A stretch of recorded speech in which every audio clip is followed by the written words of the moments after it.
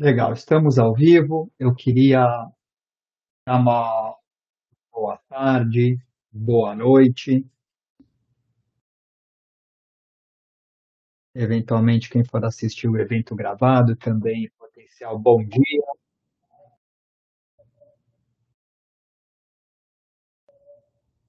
Nós estamos com o simpósio de fisioterapia, agora no dia 18 de outubro, em comemoração ao Dia do Fisioterapeuta, que foi no dia 13 de outubro, né? Foi numa ponte aí de feriado, portanto a gente está realizando o evento hoje. Nós teremos 5 palestrantes. E nós iremos começar com a primeira apresentação às 6 horas e 5 minutinhos. Eu já queria agradecer a presença do professor Aron. Provavelmente alguns de vocês já o conhecem. Nós estamos coordenando esse evento aqui diretamente do nosso ambiente virtual de aprendizagem,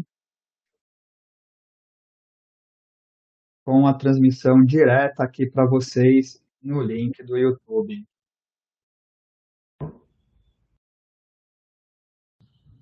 Vamos ver se a gente tem alguma função de trabalhar com o chat aqui.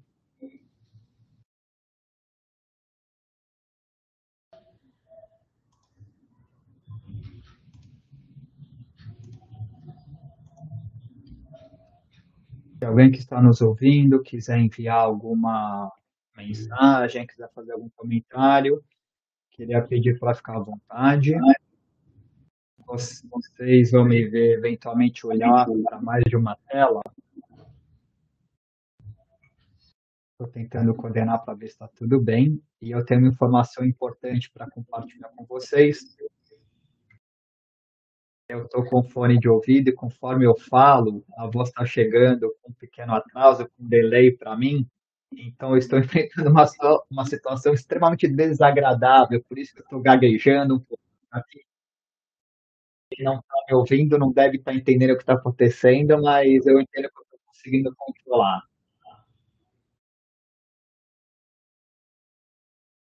Gente, eu estou tentando aqui acessar o chat do YouTube e me parece que, infelizmente, eu não estou conseguindo. Pelo número de joinhas, né, de likes, aqui na tela, eu estou vendo que nós temos alunos conosco, mas eu até queria pedir a gentileza de que se alguém conseguir escrever no chat, por gentileza enviar uma mensagem, né, fazer algum comentário para a gente saber se há essa possibilidade.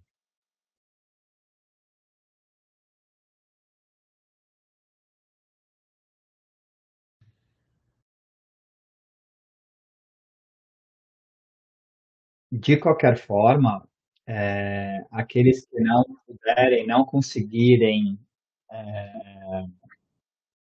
enviar comentários ou mensagens aqui conosco, por gentileza, fiquem super à vontade para entrar em contato depois comigo. Enquanto coordenador do curso, eu repassaria as perguntas de vocês aos nossos palestrantes. Então, vocês podem escrever para mim pelo balãozinho do AVA, podem me mandar mensagem por lá, e de lá eu conseguiria, então, encaminhar as mensagens de vocês, e assim que os palestrantes me responderem, eu retornaria.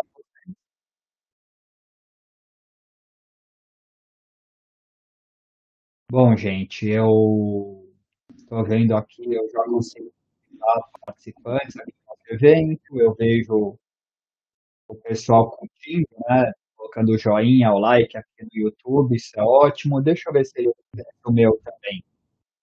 Oh, legal. O meu aqui também. E nesse momento são 6 horas da tarde e 5 minutinhos. Então, eu queria agradecer esse momento. Deixa eu até ver uma informação aqui para mim do, nosso super responsável aqui da instituição, me diz ele que está tudo caminhando bem, eu posso entrar em contato, fantástico. Já mandar um abraço então para o Caio, agradecer por toda a atenção dele. Caio, se eu puder pedir essa gentileza, me diga se é possível a gente colocar os nossos alunos para mandarem mensagem pelo chat ao vivo, eu queria coordenar isso com os palestrantes. Pelo nosso horário, eu tenho que começar agora, mas se você puder me orientar aqui por mensagem, como você fez, eu agradeço. Bom, vamos então dar início oficial ao nosso simpósio de fisioterapia, em homenagem ao Dia do Fisioterapeuta. E para mim é uma satisfação muito grande, um prazer receber o professor Aron Dorta. Ele é mestre em ciências, tem um MBA, um MBA em ergonomia e é especialista em fisioterapia do trabalho e ergonomia. Ele vai abordar um tema bastante importante, atual para a nossa área. Eu queria deixar o professor à vontade para fazer qualquer introdução adicional e conduzir a palestra dele, e eu espero que vocês aproveitem bastante. Professor Aron, muito obrigado, por gentileza, fique à vontade. Primeiramente, quero agradecer o convite, professor Juliano, coordenador do curso, um colega de universidade, assim como todos vocês, alunos presentes, que estão participando na nossa comemoração do Dia do Fisioterapeuta, no nosso simpósio, né, desenvolvido em prol dessa data, em prol de vocês. Vamos iniciar nosso trabalho de hoje trazendo um tema na qual eu atuo também, que é a fisioterapia do trabalho. Mas a fisioterapia do trabalho, o que é? O que desenvolve quando fala fisioterapia do trabalho, né? A fisioterapia do trabalho é uma especialidade dentro da fisioterapia que possui um foco de tratamento, diagnóstico, prevenção de doenças relacionadas às atividades laborais. Então, a fisioterapia do trabalho é uma especialidade dentro da fisioterapia. Isso eu deixo bem claro. Onde ela aborda um determinado setor, onde eles apresentam patologias e características peculiares, somente relacionadas àquele setor. Tá bom? Isso que eu quero que vocês tenham implícito no desenvolvimento dessa nossa palestra. Tá? Então, a fisioterapia do trabalho é um segmento, uma especialização da fisioterapia, onde estuda determinado segmento que apresenta patologias específicas àquela área de atuação. Quando a gente fala de fisioterapia do trabalho, né, estamos muito falando sobre doença ocupacional, primeiro, o que é doença ocupacional? É uma doença relacionada ao trabalho. É todo qualquer processo, prejuízo à saúde relacionado direta ou indiretamente ao trabalho, como, por exemplo, um acidente de trabalho, diante de um expediente, o colaborador que se envolve em algum tipo de trauma, lesão, e o tão falado das DORTs e as LERs. Vejam que nesse guarda-chuva que cobre as doenças ocupacionais direcionadas à saúde do trabalhador, nós temos uma gama muito grande. E com isso, nós conseguimos uma abordagem diferenciada. O papel do fisioterapeuta é fundamental. Nesse sentido, se fala-se muito DORT e LER. Mas o que é o DORT e o que é LER? LER e DORT, não é meu sobrenome, vamos lá. DORT são as doenças mais acometidas nos trabalhos, aponta um estudo. Ou seja, de todas as patologias que ali existem no trabalhador, as DORTs e as LERs são doenças mais relacionadas à saúde do trabalhador. Então a incidência é muito alta. Quem trata essas doenças é o fisioterapeuta. Mas o que elas são? A LER é uma abreviação de lesões por esforços repetitivos. Já a DORT são distúrbios osteomusculares relacionados ao trabalho. São ambas características, nomenclaturas diferenciadas, mas buscam sempre os mesmos objetivos, porque as patologias ali envolvidas por elas são as mesmas. São as doenças que mais afetam o trabalhador brasileiro. Hoje, no Brasil, nós temos uma demanda muito grande de funcionários afastados, trabalhadores afastados, junto ao INSS devido a essas patologias. E o papel do fisioterapeuta na prevenção, isso é uma coisa que o professor Juliano tem muita experiência, na qualidade de vida, na prevenção, qualidade de vida, contribui significativamente para o desenvolvimento desse trabalho, não só para o trabalhador, onde nós vamos abordar.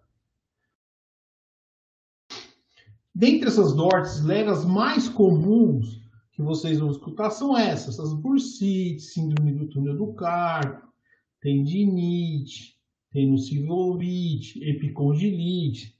São essas patologias mais corriqueiras encontradas na clínica. Mas não existem essas, existem outras, existem sim. Mas as mais predominantes são essas. Essas abrangem um total de 97% da demanda. Então, um valor significativo. Tá bom? Mas quando fala sobre saúde do trabalhador, não se fala também de ergonomia? Fala-se assim, por mais assustador que pareça, essa foto é uma imagem real. São de trabalhadores de 1932, trabalhando, na verdade eles estão no período de almoço, eles estão almoçando na realização de um prédio em Nova York. Vejam a precariedade de segurança, o risco significativo, todo esse processo que o trabalhador tinha lá atrás. Mas quando eu trago essa imagem num momento de lazer, onde ainda nesse momento de lazer existe um risco, não podemos esquecer que hoje o Brasil é um dos países que tem maior índice de acidente de trabalho no mundo. Estamos entre os 10 primeiros, infelizmente. A demanda de afastamento é significativa. E a ergonomia entra onde? Primeiro nós temos que compreender o que é ergonomia, de onde que se originou. O termo ergonomia originou-se a partir dos gregos, a denominada palavra ergon, que significa trabalho, e também dizer com normas. Então, normas ao trabalho seriam normas relacionadas aos trabalhos.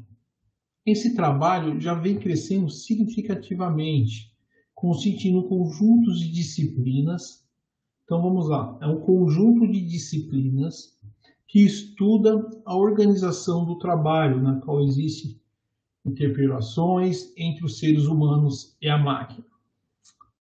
Esse processo já vem de longa data sendo estudado, principalmente pelos italianos, nesse sentido, onde faziam os primeiros relatos relacionados à saúde do trabalhador, a aplicação da ergonomia na prática, a contribuição que tinha com relação ao risco de periculosidade, entre outros trabalhos existentes. Por quê? Naquele período, 1800,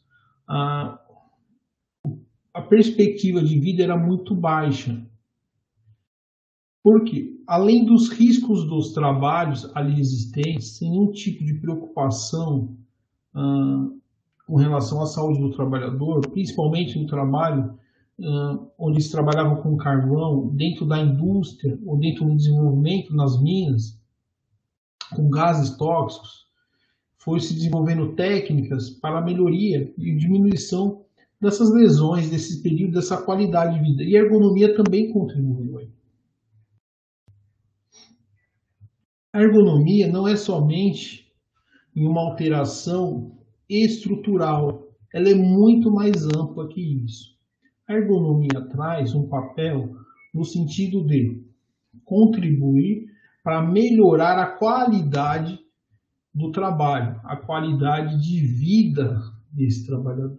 Onde existe o papel da ergonomia atuando, minimiza-se os riscos de doenças ocupacionais, riscos de trabalhos, riscos de acidente, além de aumento da produtividade, diminuição do estresse, um melhor rendimento do profissional. Então, temos todas essa abrangência. Quem se beneficia com isso? Todos. O empresário que tem um aumento na sua lucratividade, nós vamos abordar à frente. O funcionário que desenvolve uma qualidade dentro de vida ou do trabalho com a melhor clareza, minimizando os riscos de acidentes, minimizando o risco de desenvolvimento de patologias como a Dort e a Ler. Existem as ergonomias físicas, as ergonomias de conscientização, ergonomia organizacional, ergonomia de correção, ergonomia participativa, cognitiva, concepção. Vejam a demanda existente no aspecto ergonômico. A ergonomia é dividida em 7 segmentos, 7 alicerces que regem com relação à saúde do trabalhador ao nosso cotidiano. Hoje nós falamos de ergonomia quando pegamos uma garrafa de água e ela é mais côncava na sua parte medial para facilitar a pegada. O automóvel, onde tem a trava elétrica para travar a porta, os posicionamentos dos bancos, a concepção desses materiais, ou até mesmo no banco que vocês estão, na cadeira, o posicionamento com relação ao celular, o desenvolvimento com relação à aprendizagem, a altura do computador. Vejamos como temos um leque grande de atuação da ergonomia. E quem faz essa aplicação da ergonomia é o fisioterapeuta do trabalho também. Por que eu falo também? Porque outros colegas de outras áreas também atuam junto à ergonomia. Assim como no curso de fisioterapia, terapia ocupacional, existe a disciplina de ergonomia e outros cursos também, como, por exemplo, a engenharia. E essa atuação ergonômica, ela se expande, porque tem visões diferentes. O fisioterapeuta do trabalho, ele tem uma perspectiva, uma visão muito relacionada à sua origem, que é a prevenção, o desenvolvimento e trabalho com relação à saúde.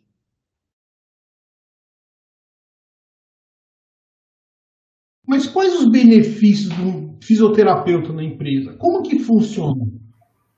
Qual a benefício desse trabalho? Se uma empresa possui um funcionário e ele está com uma dor, naturalmente isso vai afetar a organização como um todo. Afinal, o funcionário doente leva à diminuição da produtividade, absentismo, a possibilidade ou não de conseguir realizar uma função de maneira correta. É prejuízo. Então, um funcionário qualificado, bem instruído, realizando o gesto de maneira correta, ele apresenta melhores resultados. Esse é o grande objetivo da fisioterapia do trabalho, ofertar essa capacidade para o empresário. Esses benefícios são o quê? Aumento da produtividade do funcionário, consequentemente da melhora dos resultados dos mesmos. Melhora o posicionamento, melhora a qualidade, o desenvolvimento dele, automaticamente ele melhora a sua produtividade, seu rendimento. Menor número de afastamento por doenças ocupacionais, menor número de acidentes de trabalho, redução das taxas de absentismo do funcionário. Vejam como a demanda e o benefício do fisioterapeuta do trabalho. O fisioterapeuta do trabalho, ele exerce algumas funções diferenciadas. Hoje ele atua, ou ele vai numa empresa e atua no atendimento dentro da empresa, por quê? Otimiza para o paciente, ou funcionário, ou colaborador, como agora se tem essa relação, né? Então, em vez do colaborador se deslocar, sair do trabalho, ir até a clínica, para depois retornar para a sua residência, diminuindo o seu período de descanso, o que acontece? Ele é realizado o processo de fisioterapia dentro da própria empresa, facilitando e otimizando esse tempo. Tudo bem? Ele pode trabalhar com consultoria. Peça consultoria ergonômica. Estou tendo um problema, ele presta esse serviço, ele não é um funcionário fixo, ele consegue realizar esse trabalho corriqueiramente. O mercado de trabalho hoje é um mercado que vem carecendo desse tipo de profissional. Além da sua flexibilidade, prestação de serviço, consultorias, as empresas começaram a entender que o nosso papel com relação aos seus benefícios, essa relação traz com que o fisioterapeuta no trabalho se torne um profissional cada vez mais procurado junto ao mercado de trabalho.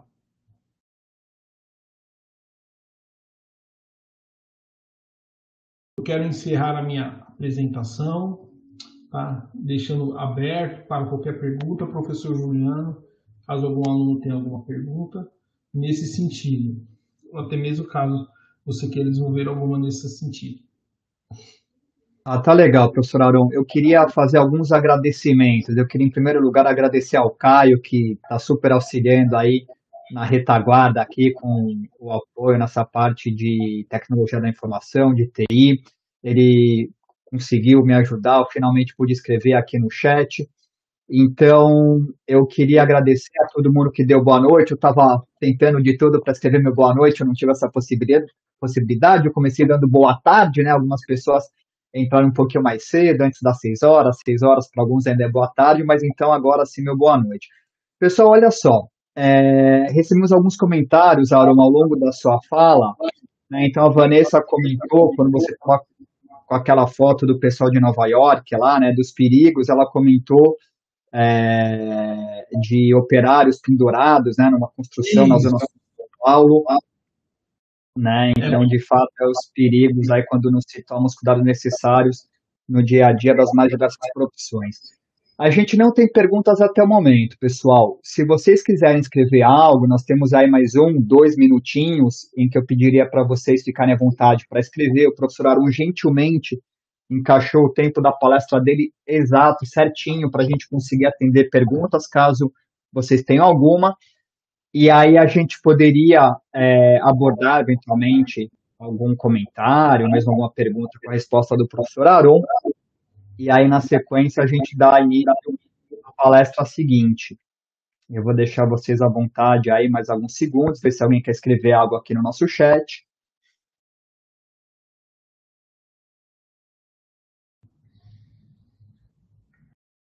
Eu queria só pedir desculpa de novo, né? Vocês me veem às vezes olhando para outra tela, às vezes olhando para baixo. Estou aqui tentando fazer de tudo para as coisas correrem direitinho, né? Eu estou em contato com os outros palestrantes, junto com o nosso departamento de TI, que está sendo fantástico aqui nesse suporte para nós, e a própria tela do YouTube, né? Que é diferente da nossa sala de coordenação do evento.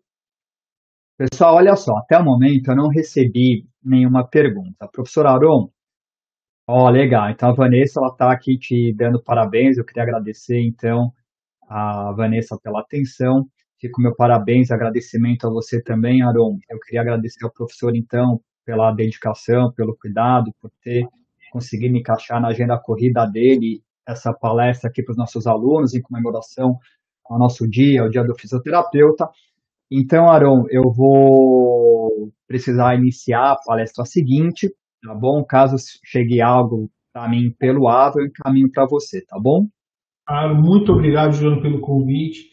Agradeço os alunos que participaram, as perguntas, a contribuição. Professor, qualquer dúvida, o professor Juliano entre em contato comigo, vocês me mandam meu e-mail. Um excelente simpósio para vocês, um grande abraço, uma ótima semana. Tudo bem? Obrigado, Arão. Até logo. Até logo, tchau. Pessoal, nesse momento eu estou. Deixa eu só colocar no modo aqui no YouTube, senão fica difícil para mim. Eu estou com a palestra do nosso próximo palestrante, é o fisioterapeuta Fernando Pripas. Eu sei que ele está conosco aqui na sala. Vou pedir para o Fernando, por gentileza, abrir a câmera dele para o pessoal poder te ver. Fernando, eu não sei se você já me escuta, eu sei que teu microfone está no mudo. Eu vou te mandar uma mensagem aqui agora pedindo para você abrir a sua câmera para o pessoal poder te ver. Ah, legal. Aí tá ele. Beleza. Fernando, fala um oi aí para ver se nós conseguimos te ouvir. Boa noite, tudo bom? Tá me ouvindo? Legal, gente. Então, assim, então eu queria agradecer o Fernando, é fisioterapeuta graduado pela Universidade Cidade de São Paulo, conhecida também como Unicid. Ele tem uma pós-graduação na mesma instituição em Fisiologia e Prescrição de Exercício e também outra especialização na mesma instituição em recursos terapêuticos manuais. Ele é especialista em Pilates, ele é Cutman, que ele vai explicar um pouquinho melhor para a gente, pela ICA ou ICA, ele também vai ficar à vontade para escrever um pouquinho melhor para a gente, da equipe Knockdown. Então ele vai fazer a gentileza de trazer um assunto extremamente interessante, atual, que movimenta aí milhões e milhares de pessoas, de dólares, bilhões, imagino eu, atualmente, que é o mundo do chamado MMA, que eu vou deixar ele à vontade para explicar com mais detalhes para vocês o que seria isso. Fernando, muitíssimo obrigado pela presença, por ter conseguido aí organizar a sua agenda e estar conosco hoje. Por favor, então, pode iniciar a sua palestra. Bom, eu que agradeço primeiramente o convite, a oportunidade de estar falando aqui nesse simpósio. E começar falando quem eu sou, né? O que é Cutman? Cutman é o profissional que cuida da integridade física dos lutadores.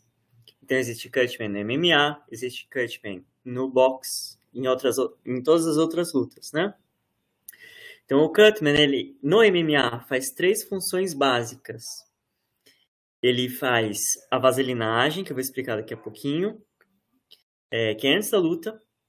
Antes disso ainda, faz a bandagem na mão dos lutadores. E também, entre os rounds, faz o cuidado, os primeiros socorros, né? Então, se tem corte, se tem edema, ele vai lá e entra para fazer com que a luta não precise ser interrompida. Então, esse é o que é o Cutman. E é isso que eu faço também.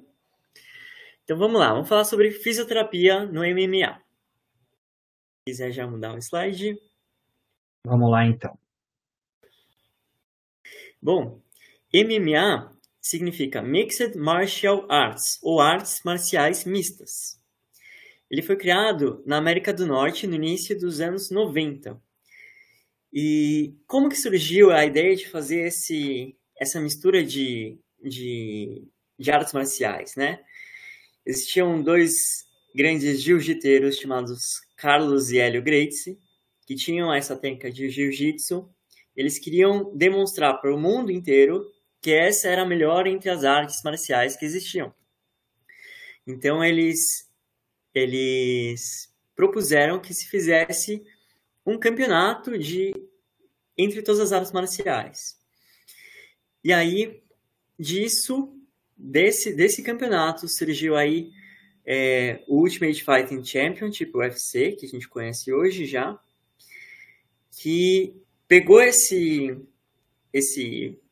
evento que já existia, colocou algumas regras a mais, que ainda era muito livre demais, e em muitos lugares dos Estados Unidos eram proibidas algumas coisas, em alguns estados tinha uma regra, em outros estados tinha outra regra, pegou e unificou. Então, por isso, regras unificadas da conduta do MMA. Deixa eu mudar. Bom, quais são as regras, então? Em lutas oficiais, são 3 ou 5 rounds de 5 minutos. 5 rounds geralmente são em lutas de decisão. Então, de título, né? De disputa de cinturão.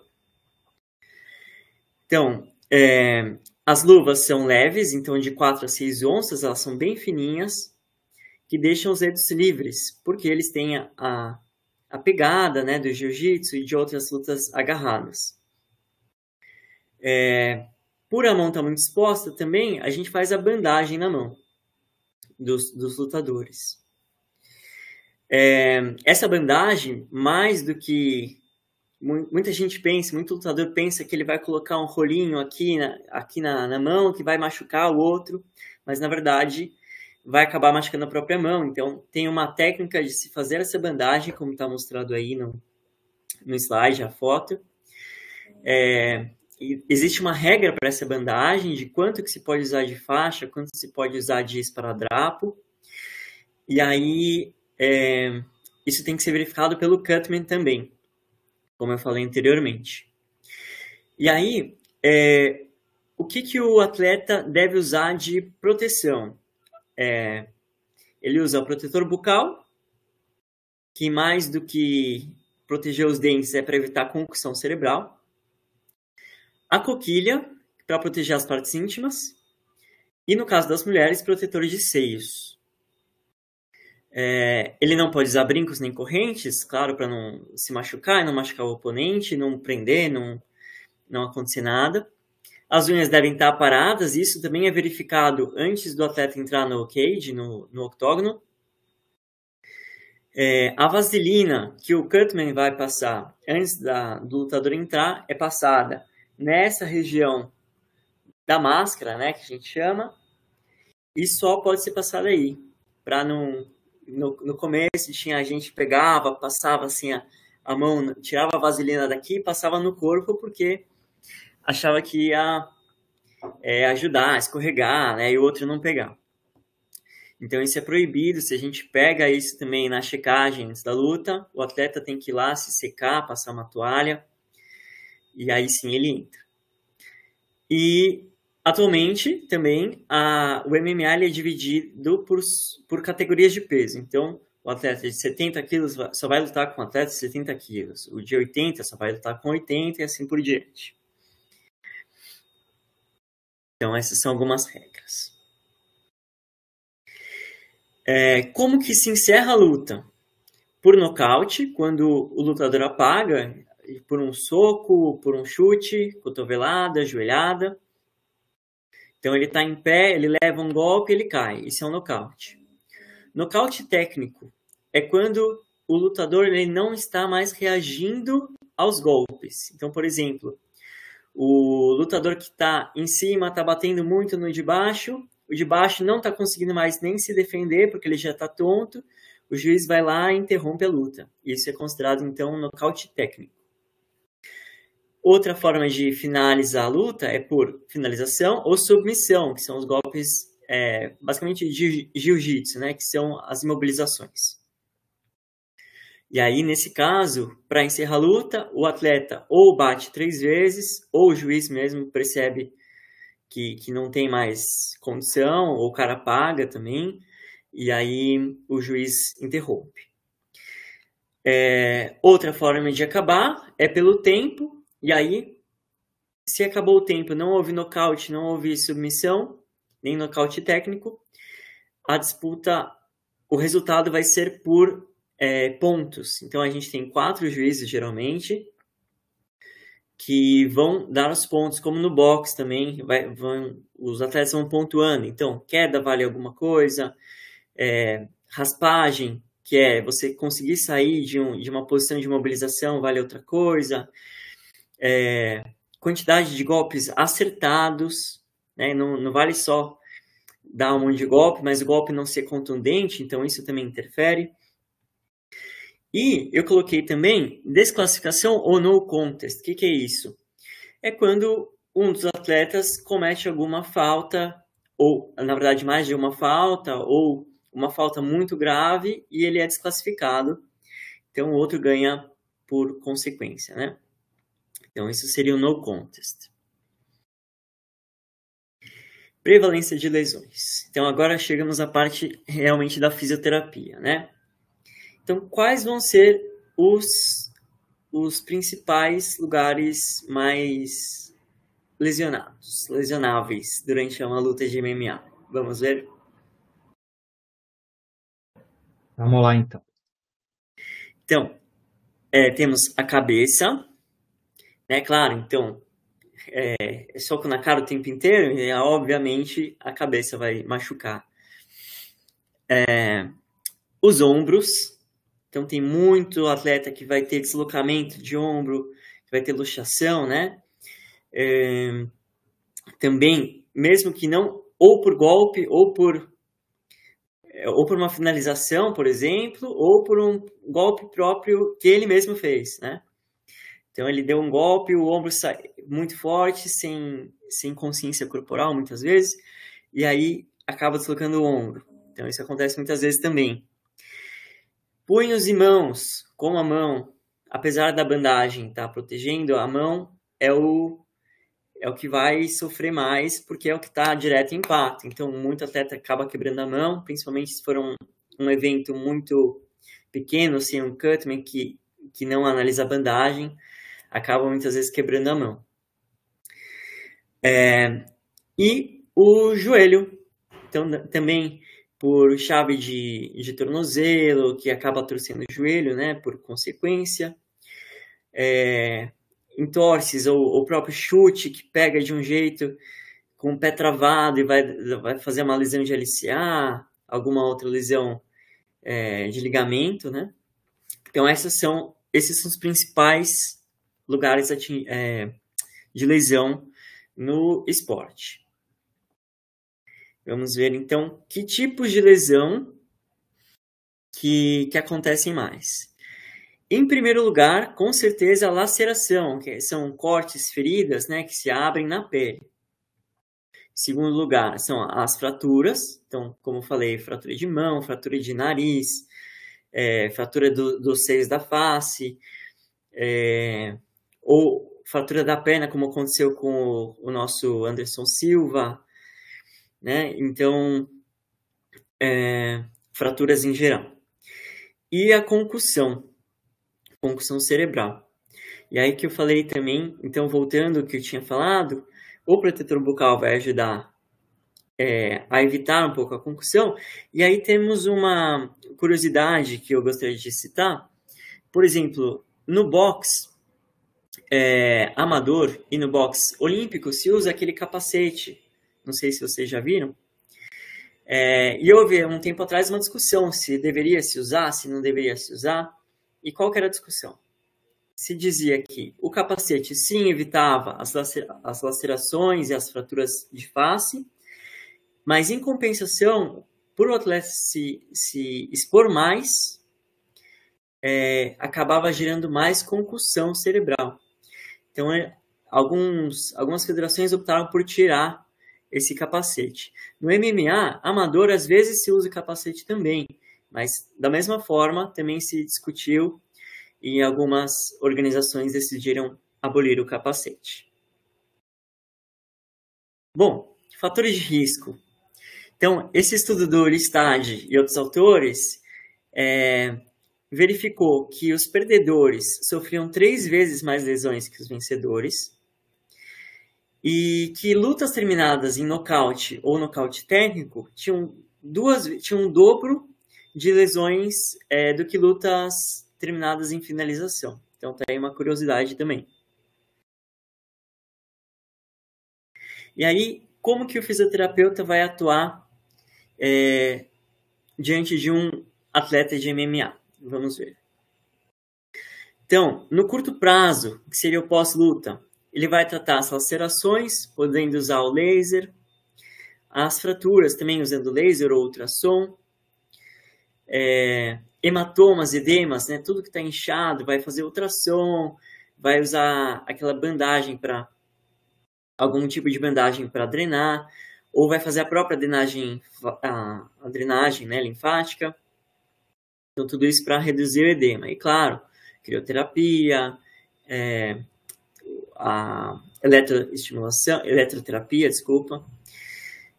analgesia, né, a parte de analgesia principalmente. Então, isso no curto prazo. Vamos ver outras situações. Também vai atuar nas tensões musculares depois da luta ou depois do treino também. O atleta está sempre com tensão muscular, então a gente vai tratar com dry needling, que é aquela técnica de agulhamento voltada para dor musculoesquelética. O PRT, que é uma outra técnica muito legal para alívio de dor musculoesquelética. a liberação miofascial e diversos outros tipos de massagem, né? No longo prazo, a gente vai atuar na prevenção dessas lesões. Então, evitar que o atleta tenha uma lesão de ombro, evitar que ele tenha um entorse, evitar que ele tenha alguma lesão que possa ser evitada com o trabalho. Evitada não, né? Mas diminuir o risco dessas lesões acontecerem. Então, a gente vai fazer o fortalecimento, podendo se usar a eletroestimulação, o FES, né? Por exemplo. Trabalhar bastante flexibilidade, porque isso também vai ajudar na hora dele levar uma finalização, ele vai aguentar mais um pouco, por exemplo. E o equilíbrio, propriocepção, então vai evitar queda, ele levar uma queda ou ele cair sozinho, né?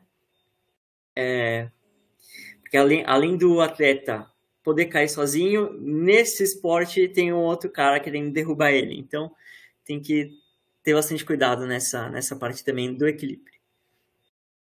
E aí, existe uma diferença muito grande entre tratar um atleta e um não atleta. E aí, não falo só do MMA, mas no esporte em geral, esporte de alto rendimento.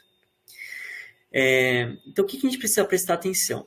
O tempo que a gente tem para tratar. O atleta, ele tem um calendário. Então, daqui a pouco ele vai ter um evento, ele vai ter uma luta, ele precisa estar bem para essa luta. Então, o tempo é essencial.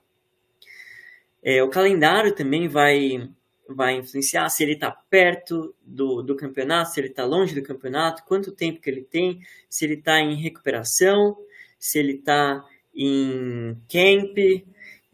Tudo vai depender de em que lugar do treino ou distância do campeonato que ele está. E a outra coisa que eu escrevi lá sobre especificidade, que a gente tem que trabalhar os exercícios de acordo com o movimento que o atleta realiza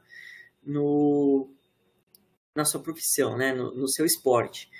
Então, tentar trazer os movimentos baseados naquilo que o atleta já faz. Então, o mais próximo do que ele faz no esporte dele. Então, aí gostaria de mostrar alguns exemplos. O professor Juliano vai mostrar alguns vídeos que eu gravei. Não sei se eu consigo falar. Qual que você quer passar primeiro? Pode ser o de eletroestimulação, aquele de eletroestimulação ou de propriocepção. Vamos com o de eletro, então.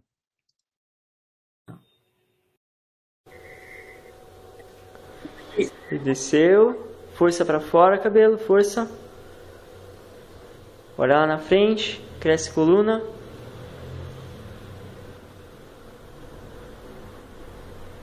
Nós temos um com Bosu e faixa elástica e outro só com Bosu. Qual que você quer primeiro? Antes de eu passar, deixa eu só explicar o que estava acontecendo lá. Eu estava fazendo um fortalecimento de quadríceps, glúteo médio e membro inferior em geral, né? Usando o elástico e a eletroestimulação, que ajuda a acelerar o processo de fortalecimento. Então, o próximo pode ser o do Bosu. Tá bom, vamos lá.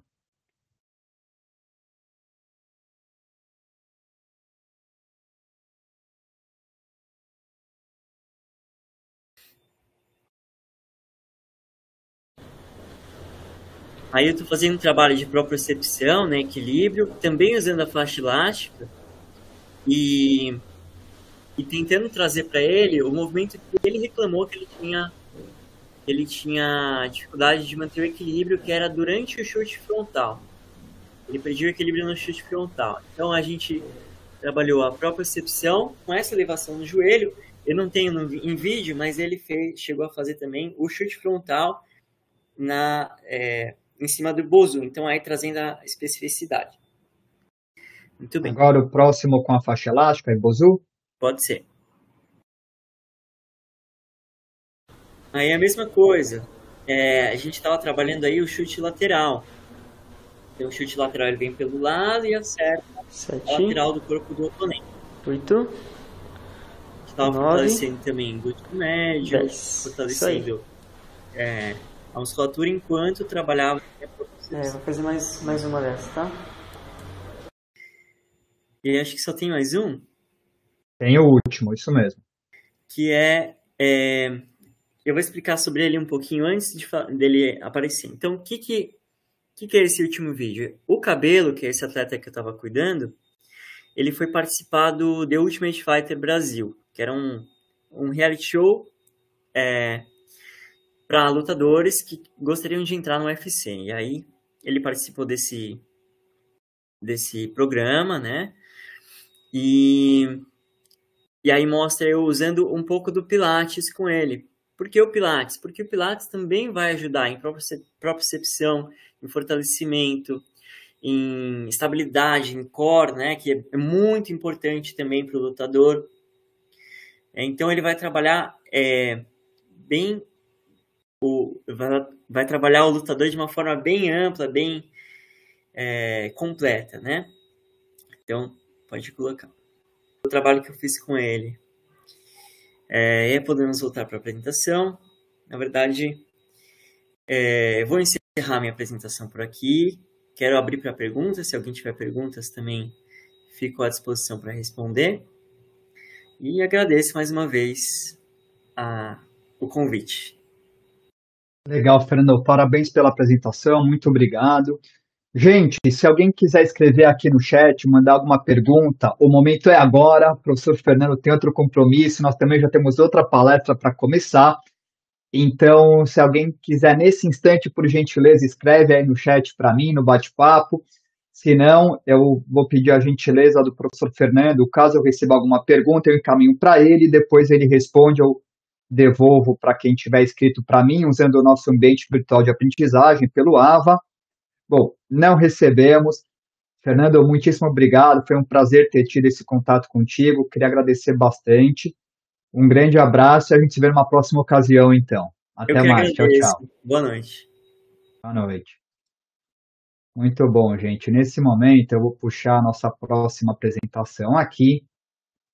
A gente vai ter a apresentação com a professora Renata, que gentilmente já está aqui nos aguardando. Eu só vou verificar mais um detalhe. Legal, então. Renata, muito obrigado pela presença. Gente, a professora Renata, ela é pós-doutora em saúde pública pela Faculdade de Medicina da USP, a Universidade de São Paulo. Ela fez o doutorado e o mestrado dela em ciências pela Unifesp, a Universidade Federal de São Paulo. Ela é especialista em pneumologia, terapia intensiva e perfusão. Ela é pesquisadora lá na Unifesp e autora da série Bases para a Terapia Intensiva.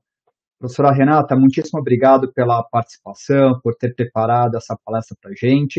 Queria te deixar à vontade para você fazer qualquer complementação aí à sua introdução e conduzir a tua palestra. Obrigado mais uma vez.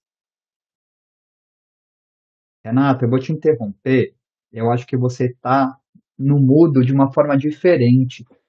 Parece que você não ativou o som. Vá lá embaixo, na nossa sala do AVA, e onde tem um microfone, deve estar aparecendo um sinal de um fone de ouvido para você. Clica lá nesse sinal do fone de ouvido para ativar o som, por favor. Acontece comigo de vez em quando também. Vê se ele entra. Porque daí quando entrar, tem um íconezinho, não está indo. Nós fizemos um teste mais cedo. Geralmente, quando a gente entra na sala, ali embaixo tem a opção de ligar a câmera, você ligou. Do lado da câmera tem a opção que seria ou um microfone ou um sinal como se fosse um fonezinho de ouvido, né? Um headphone. E a impressão que me dá é que você, logicamente, está me ouvindo. Parece que você está ativando agora. Vamos ver se dá certo. Porque sumiu para mim o ícone do fone de ouvido junto ao seu nome. Aí, fala agora. Perfeito. Então, por gentileza, fique à vontade. Vamos lá. Muito obrigada. Em primeiro lugar, quero agradecer demais ao convite. Uma honra, uma alegria estar aqui. Espero poder compartilhar um pouquinho da nossa experiência e da nossa vivência dos mais de 20 anos de formada na área em fisioterapia.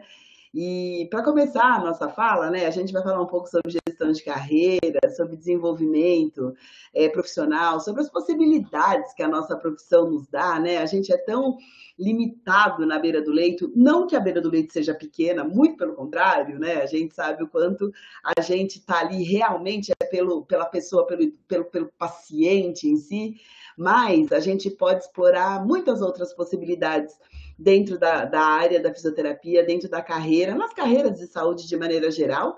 E é uma grande pena que a gente não tenha isso desde a graduação, essa veia empreendedora.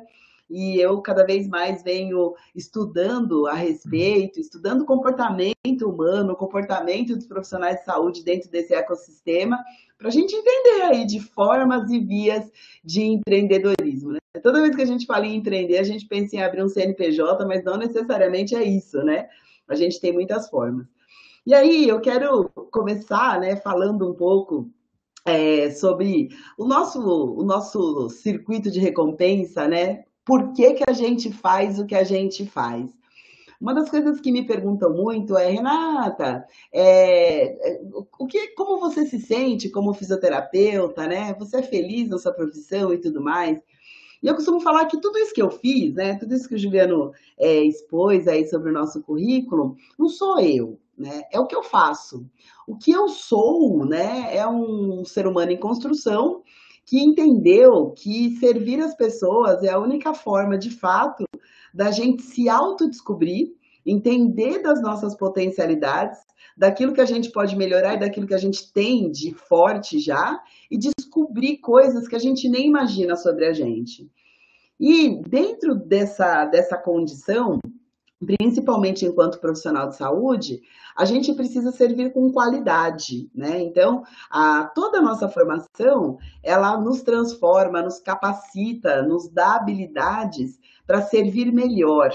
Porque de verdade, gente, independente do que você for fazer da tua profissão, e isso até em outras áreas que não seja da saúde, o objetivo final é sempre servir outro ser humano. Isso é maluco.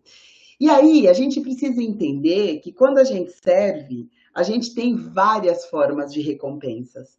A gente tem sim o obrigado do paciente, a alegria da família quando tem alta, a alegria do paciente quando ele está bem, mas a gente precisa ser recompensado com mais maturidade, com mais entendimento e com dinheiro. Isso faz parte de todo esse ecossistema de trânsito, né? De ir e vir, que é o servir, né? E dentro desse sistema, a gente precisa entender que nós temos habilidades e ferramentas que pode ser disponibilizado de diversas formas para a sociedade. Eu fico observando, eu tenho alguns amigos que são engenheiros, né? Um engenheiro civil, outro engenheiro naval, e eles trabalham na Bolsa de Valores. E eu ficava pensando, mas o que um engenheiro tem para oferecer na Bolsa de Valores, gente? Como assim? E aí um dia ele me falou, Renato, tem um monte de dinheiro na Bolsa de Valores. Porque nós somos muito mais cartesianos, muito mais frios que o economista. O economista, ele é todo sofrido, tudo o dólar dispara, a bolsa cai. Nós temos habilidades aí, principalmente soft skills, que o economista não tem, então precisa dessa junção. Nesse dia, eu parei e falei, quais são as minhas habilidades enquanto profissional de saúde que pode ser utilizada dentro do empreendedorismo, dentro da prestação de serviço e que não necessariamente é lá tratando do paciente.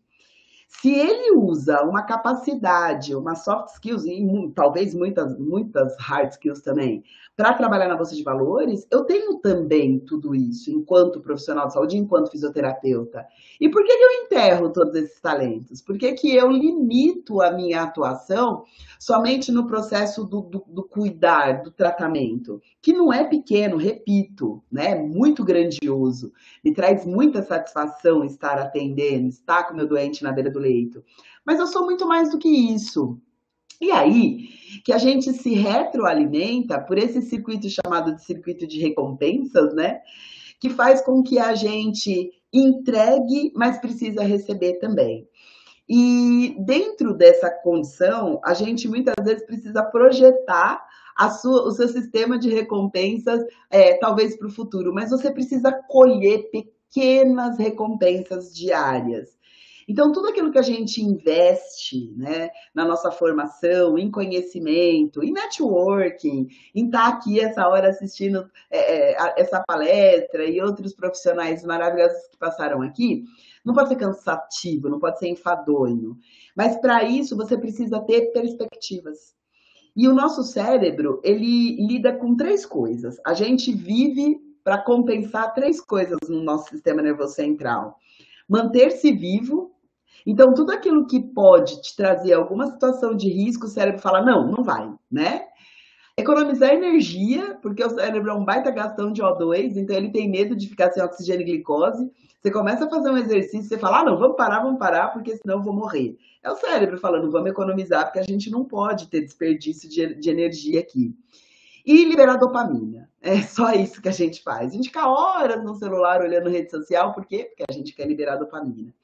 E a gente precisa ter esse sistema de recompensa, esse circuito no nosso trabalho. E aí a gente consegue, de fato, encontrar várias formas de atuar, né? E várias formas de servir.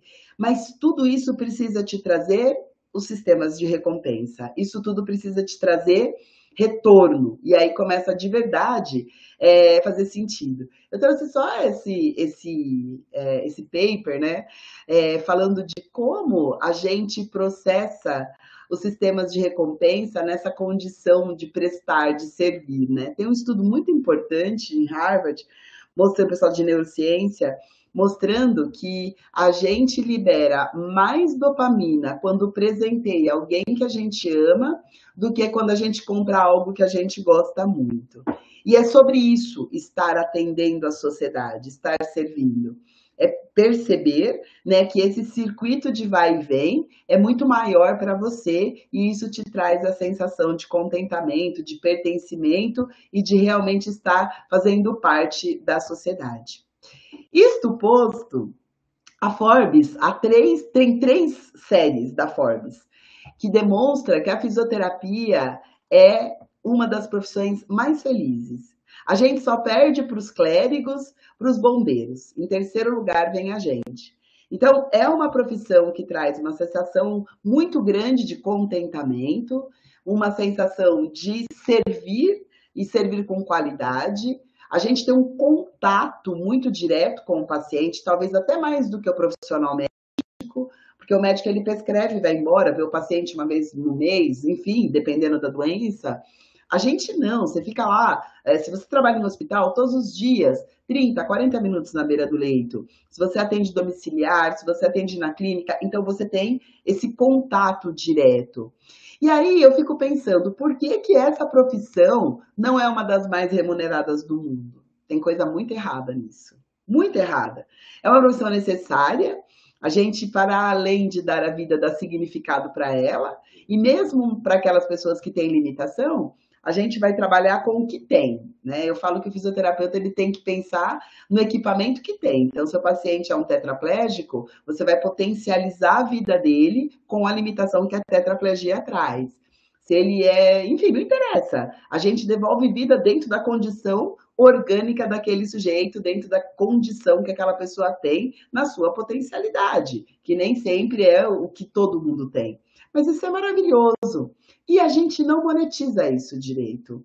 Tem várias coisas envolvidas. É claro que tem questões institucionais, mas tem muito sobre o quanto a gente conhece das nossas habilidades e competências, sobre o quanto a gente entende profundamente daquilo que a gente de fato pode entregar.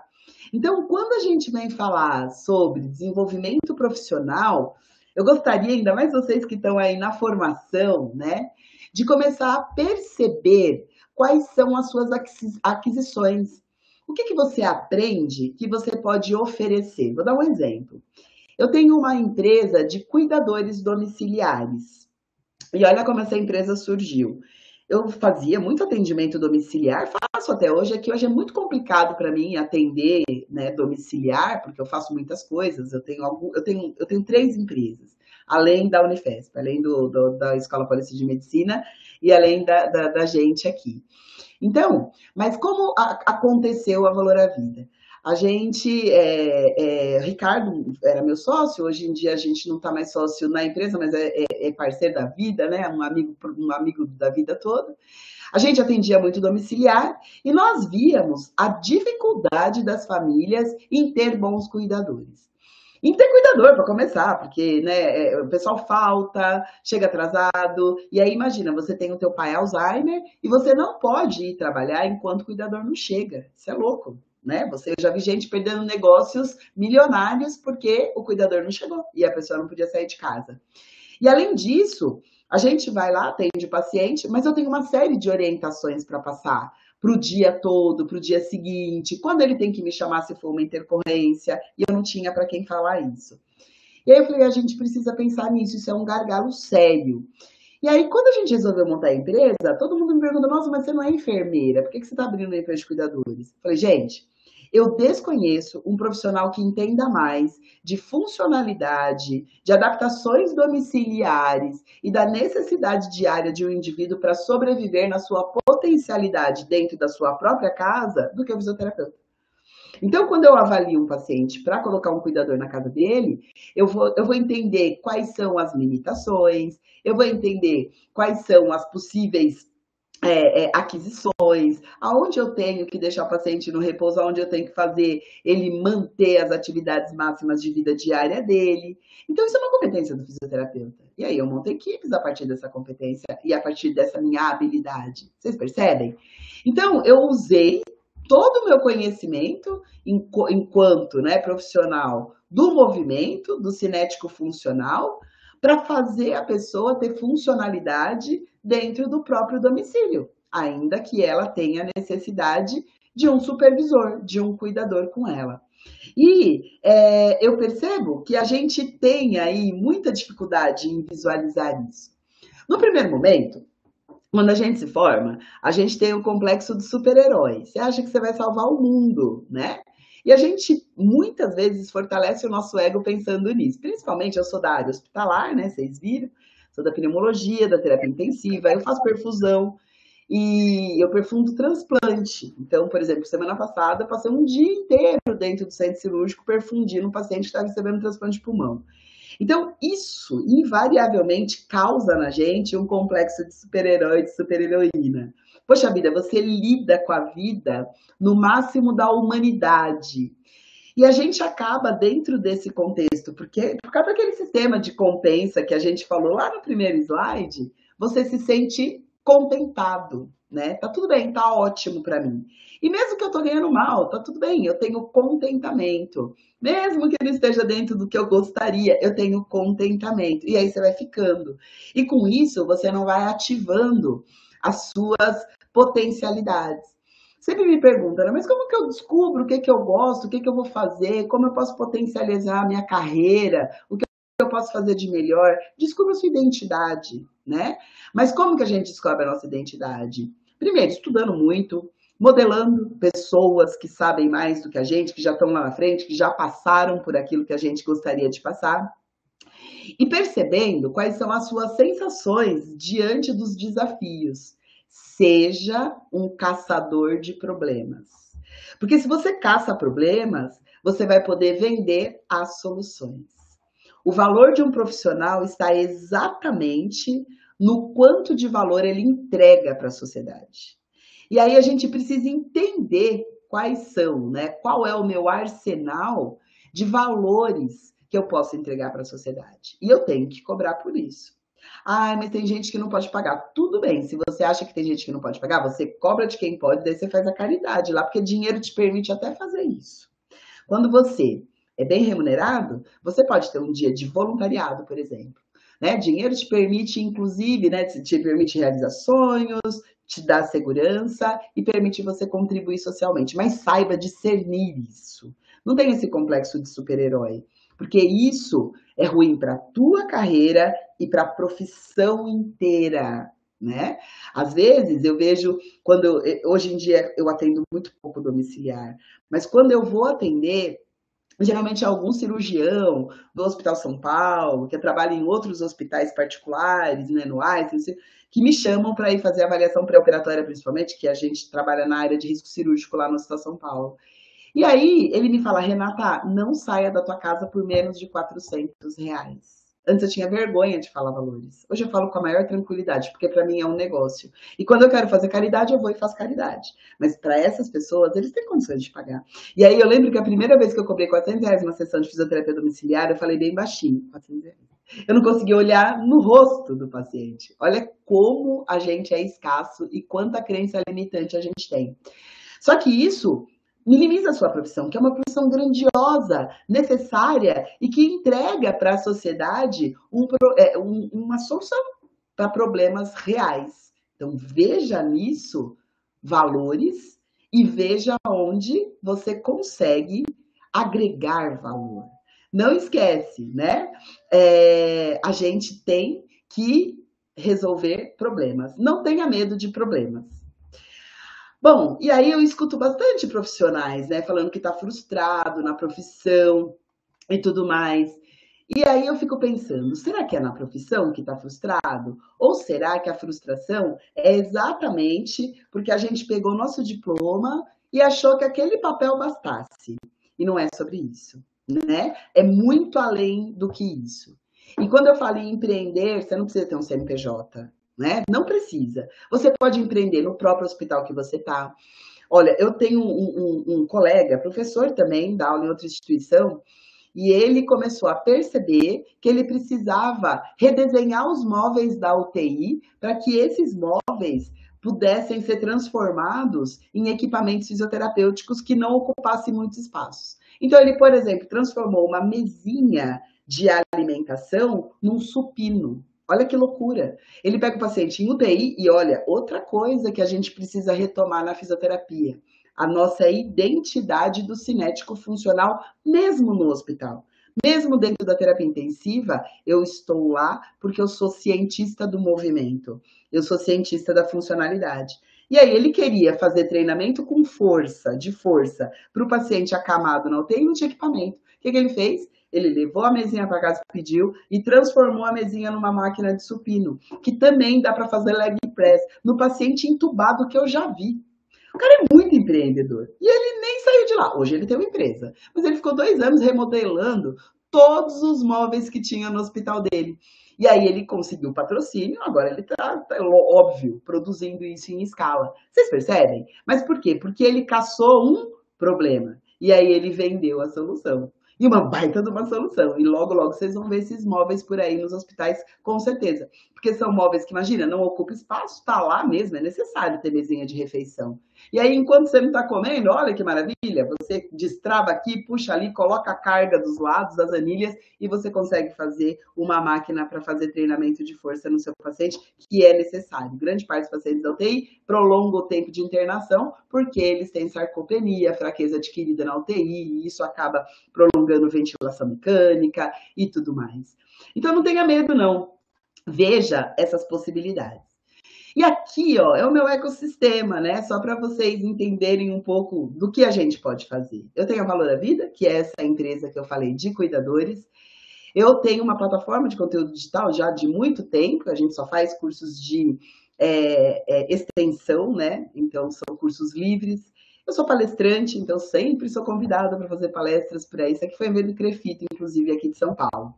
Eu sou pesquisadora da Unifesp, eu sou da Unifesp mesmo, mas eu só pesquiso humanos, por isso que eu vou para o Hospital São Paulo, que é onde a gente colhe dados e tudo mais. Então, ali eu consigo ter 2 vertentes. Eu pesquiso e eu consigo me manter na assistência, porque eu atendo, eu faço protocolos para poder pesquisar. Porque a gente precisa manter-se em contato para estar atualizado e descobrir mais problemas, né? Eu sou docente aqui na casa e também na PUC de Goiás. Eu gosto de falar que eu sou ensinante digital, porque no digital a gente muda tão rápido, né? Então você vai mudando, você vai aprendendo como ensinar no digital, e isso é maravilhoso, porque olha em quantos lugares a gente chega. Isso é sensacional. E eu sou escritora. Agora, nós temos 4 livros publicados, estão saindo os dois novos agora, nesse próximo mês. Isso tudo não é para falar, olha como ela é legal, como ela... Não é sobre isso.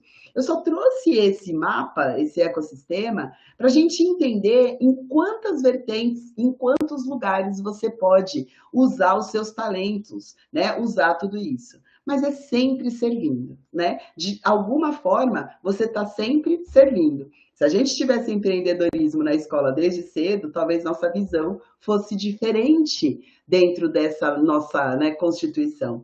Tem pessoas que encontram ouro em tudo que vê. Para a gente finalizar aqui a nossa conversa, faz o seguinte, ó, isso é um negócio que eu faço sempre na vida.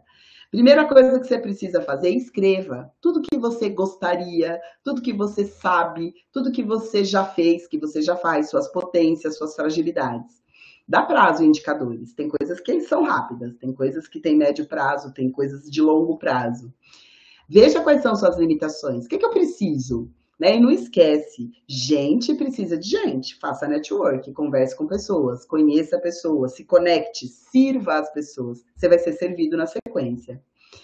Veja quais são os recursos que você já tem, né? Então, às vezes a gente fica ali, ai meu Deus, né? Às vezes você tem um monte de recurso e que você nem identificou. Por isso que eu falo, escreva, que aí você vai ver quais são os recursos. E por último, não pira, né? Porque a vida é exatamente sobre essa descoberta diária de como eu posso me melhorar enquanto ser humano através do contato, da conexão com outros seres humanos.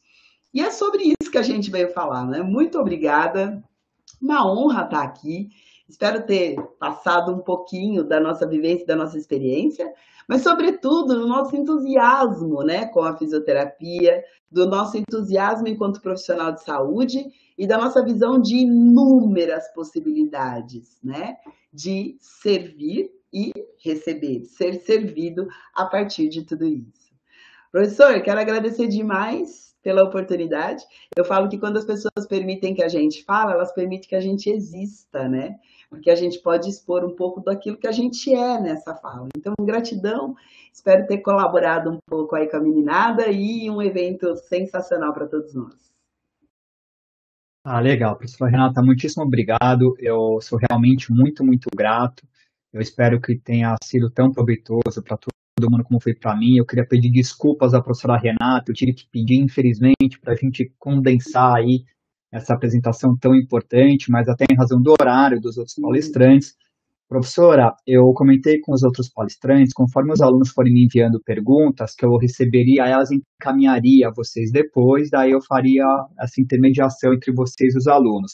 Caso eu receba perguntas, eu posso te encaminhar então, por gentileza? Com certeza, estou à disposição. Pode mandar sim, que eu vou ficar feliz em responder. Tá legal. Então, eu queria te agradecer mais uma vez, foi um prazer enorme. Muito obrigado pela participação, pela grande contribuição. E agora eu preciso, infelizmente, te pedir licença, que nós temos que dar sequência com a próxima palestra, tá bom? Um grande abraço. Beijo, Até grande abraço. logo. Tchau, tchau. Até. Gente, então agora nós daremos a sequência para o nosso evento. Eu vou puxar aqui a nossa próxima palestra. E aí eu vou ser muito sincero com vocês. É um tema novo para mim também. Eu não sou um grande conhecedor desse assunto. Eu vou pedir para a Edilane, que é a nossa próxima palestrante, ativar a câmera dela.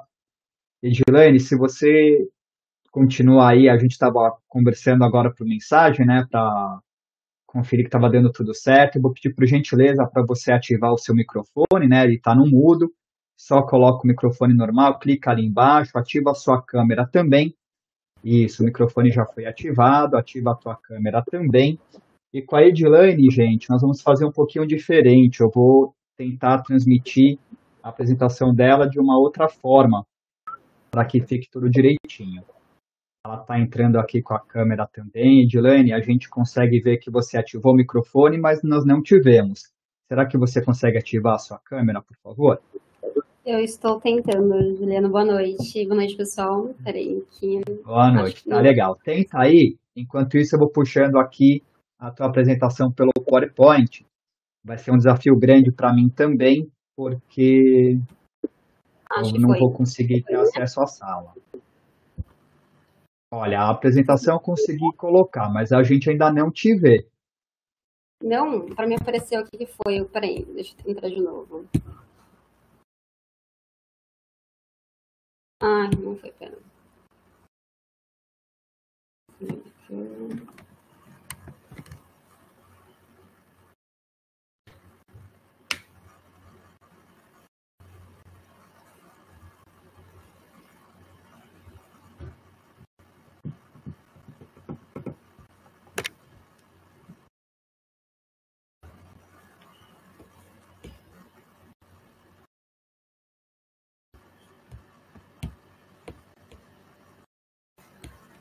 Eu acho que tá dando erro com o navegador para localizar a webcam, Juliano. Não tem problema. A gente vai dar sequência, então, infelizmente, nós não tiveremos ao vivo, porém, o pessoal vai poder te ver, tanto por fotos em que aparece o teu rosto, como nos vídeos também. Então, Apareceu? Peraí, acho que agora vai. isso, agora, perfeito, agora foi. Legal, que bom que deu certo. Gente, eu queria agradecer bastante a Edilane por estar conseguindo encaixar essa apresentação na agenda corrida dela. Eu vou fazer uma breve apresentação. A Edilane Geiger, ela é fisioterapeuta especialista em neurofuncional no adulto pela Unicamp, ela tem pós-graduação nas disfunções neuromotoras da criança e do adulto. Na ACD, ela é formada pelo conceito neuroevolutivo BOBAT pediátrico básico, e aí uma questão super vantajosa para nós, ela vai trazer um conceito, uma abordagem que para mim também é nova, onde ela tem a formação, portanto, ela tem a formação na neuromodulação não invasiva. É um tema que eu vou aprender bastante, junto com alguns de vocês que eventualmente não conheçam. Edilene, muitíssimo obrigado, eu queria te deixar à vontade para conduzir a tua palestra. Eu vou trocando os slides para você, eu espero que dê certo, porque eu vou ter que fazer uma abordagem diferente aqui, para que funcione direitinho. E eu comentei contigo, teve um vídeo que parece que não estava indo, aí naquele eu tiro a apresentação e abro o vídeo. Vamos ver se eu consigo dar sequência agora, então, aqui. Só um instante. Vamos ver se está indo aqui para a gente. Você vai propor slides para mim, né? Eu vou passar para você, só que a gente não está conseguindo fazer na hora que eu entro no... Por isso que eu te pedi para ser em PDF, porque na hora que nós tentamos pelo PowerPoint, ele infelizmente não transmite de forma como a gente precisa. Esse é um problema. Vamos ver se eu tentar de novo aqui. Agora eu acho que deu. Edilene, então, estamos ok. Por gentileza. Ah, caramba, ele sai. Puxa, que chato isso. Edilene, eu vou tentar de uma outra forma. Eu vou tentar sem colocar no modo apresentação. E aí, na sequência, eu falo. Então, Edilene, por gentileza, pode iniciar. Você está conseguindo trocar também aí, é isso? Não, foi eu aqui no YouTube. Não tem problema, deixa eu... Tá, eu só vou ampliar aqui. Deixa eu só vir aqui do primeiro slide. Tá, primeiro slide, então, por gentileza, fique à vontade. Podemos começar. Bom, vamos lá, pessoal. Vou falar um pouquinho de neuromodulação não invasiva, né? É um tema bem recente hoje em dia aqui no Brasil, né? E principalmente na área da fisioterapia. Então, quando a gente fala em neuromodulação, o que é neuromodulação, né? Neuromodulação é qualquer mecanismo que existe hoje em dia para fazer uma mudança na comunicação interneural. O que é comunicação interneural? É a forma como que um neurônio se comunica com o outro para formar sinapse. A gente tem vários tipos, por exemplo, desde dos fármacos, né, os medicamentos, que agem diretamente no sistema nervoso central, eles alteram também a comunicação entre um neurônio e o outro, então eles são considerados um tipo de neuromodulação. A gente tem a neuromodulação invasiva, que nós temos aí o mais comum, que é o DBS, que é um chipzinho que eles implantam para pacientes que têm Parkinson e têm um tremor muito intenso. Não sei se vocês já ouviram falar, mas existe um chip que eles implantam em uma determinada região lá do cérebro, e esse chip, ele cessa esses movimentos involuntários, esse tremor em excesso. Só que ele é totalmente invasivo, porque é um chip que é aplicado lá dentro do cérebro através de um procedimento cirúrgico. Desculpa. Nós temos também a neuromodulação não invasiva, que se divide em dois tipos, né? Nós temos a eletroestimulação transcraniana por corrente contínua, ou a TDCS, que é o termo em inglês. Nós temos também a estimulação magnética transcraniana, ou TMS também, que são dois aparelhos diferentes. Pode mudar, Ju. Então, desculpa. Vamos agora a gente ver qual a diferença entre a eletroestimulação transcraniana e a eletroestimulação magnética transcraniana. Deixa eu passar. Esse aparelho aqui, que a gente tem, que ele é bem grandão, essa é a estimulação magnética transcraniana, né? Então, nós temos alguns tipos, vai variar um pouquinho de marca de aparelho, mas desde uma máquina mais quadradinha, menos robusta, até uma máquina maior, com um monitor, né, que gera a corrente magnética. E como que funciona? é gerada uma corrente elétrica, né, que forma um campo magnético. Esse campo magnético, ele é transmitido através dessa bobina. Tá vendo esse de branquinho aqui em cima? Essa bobina, ela fica posicionada bem no escalpo, né, no crânio do paciente, no pontinho que a gente vai selecionar para a gente estimular. Ela é mais utilizada em adultos, porque, como vocês podem ver na foto, né, foi uma foto minha como aluna do curso também, o paciente ele precisa ficar parado durante a sessão, que dura em média 20 minutos, porque se ele mexe a cabeça, eu tiro o ponto que eu quero estimular da bobina. Então, ele é mais utilizado com adultos ou adolescentes, né, ou crianças com cognitivo muito bom, que atendam a comandos e consigam ficar um bom tempo mais paradinhas. Pode trocar, Juliana. Outro aparelho que nós temos é esse pequenininho, que é a eletroestimulação transcraniana por corrente contínua. Ele é um aparelho bem pequeno, ele é portátil, ele é pouca coisa maior que um celular, ele é bem leve, e ele fica com os eletrodos presos na cabeça do paciente. Então, que, por exemplo, para fazer com crianças é muito melhor, porque né, ele é conectado através de um fio. Esse fio eu conecto através de silicones, os mesmos silicones que usavam antigamente para eletroterapia do TENS e do FES, né? Hoje é mais adesivo, né? Antigamente usavam aqueles eletrodos de silicone. Os eletrodos de silicones, eles entram dentro dessa esponjinha amarelinha, porque ela tem que ser umedecida com um soro fisiológico antes de ser colocada na cabeça do paciente. Por quê? Porque a corrente que ela é emitida através desse aparelho é uma corrente polarizada. Ela tem um polo positivo e um polo negativo.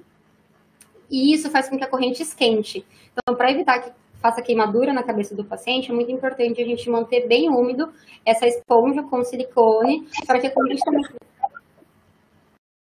corrente consiga penetrar melhor no crânio, né? É uma corrente de baixa amplitude, né? Então, ela varia aí desde meio miliampere, podendo chegar até 4 miliamperes. Na reabilitação, a gente usa para criança, com base em literatura, em torno de 1 miliampere. Para adulto, a gente usa em torno de 2 miliamperes, aí, com base na literatura. Pode mudar, Ju. Como que a gente faz para a gente conseguir localizar a área que a gente quer estimular? Né? Não sei se vocês já fizeram, tiveram contato com alguém que fez, aquele exame de eletroencefalograma. Para quem já fez, como funciona? Tem um esquema de mapeamento que a gente faz das áreas funcionais cerebrais, né? Então, nós tiramos as medidas do paciente da parte frontal, né? A gente pega a glabela e base occipital, a gente pega a base de uma orelha até a outra orelha, e a gente consegue achar o centro aqui do nosso córtex, né? do nosso crânio. E a gente também faz a circunferência. E com essas medidas, a gente consegue se localizando para achar algumas áreas, como o córtex motor primário, como áreas pré-frontais de foco e atenção, áreas de fala, áreas de visão mais atrás. A gente vai conseguindo fazer a medida através do sistema 10-20 do eletroencefalograma.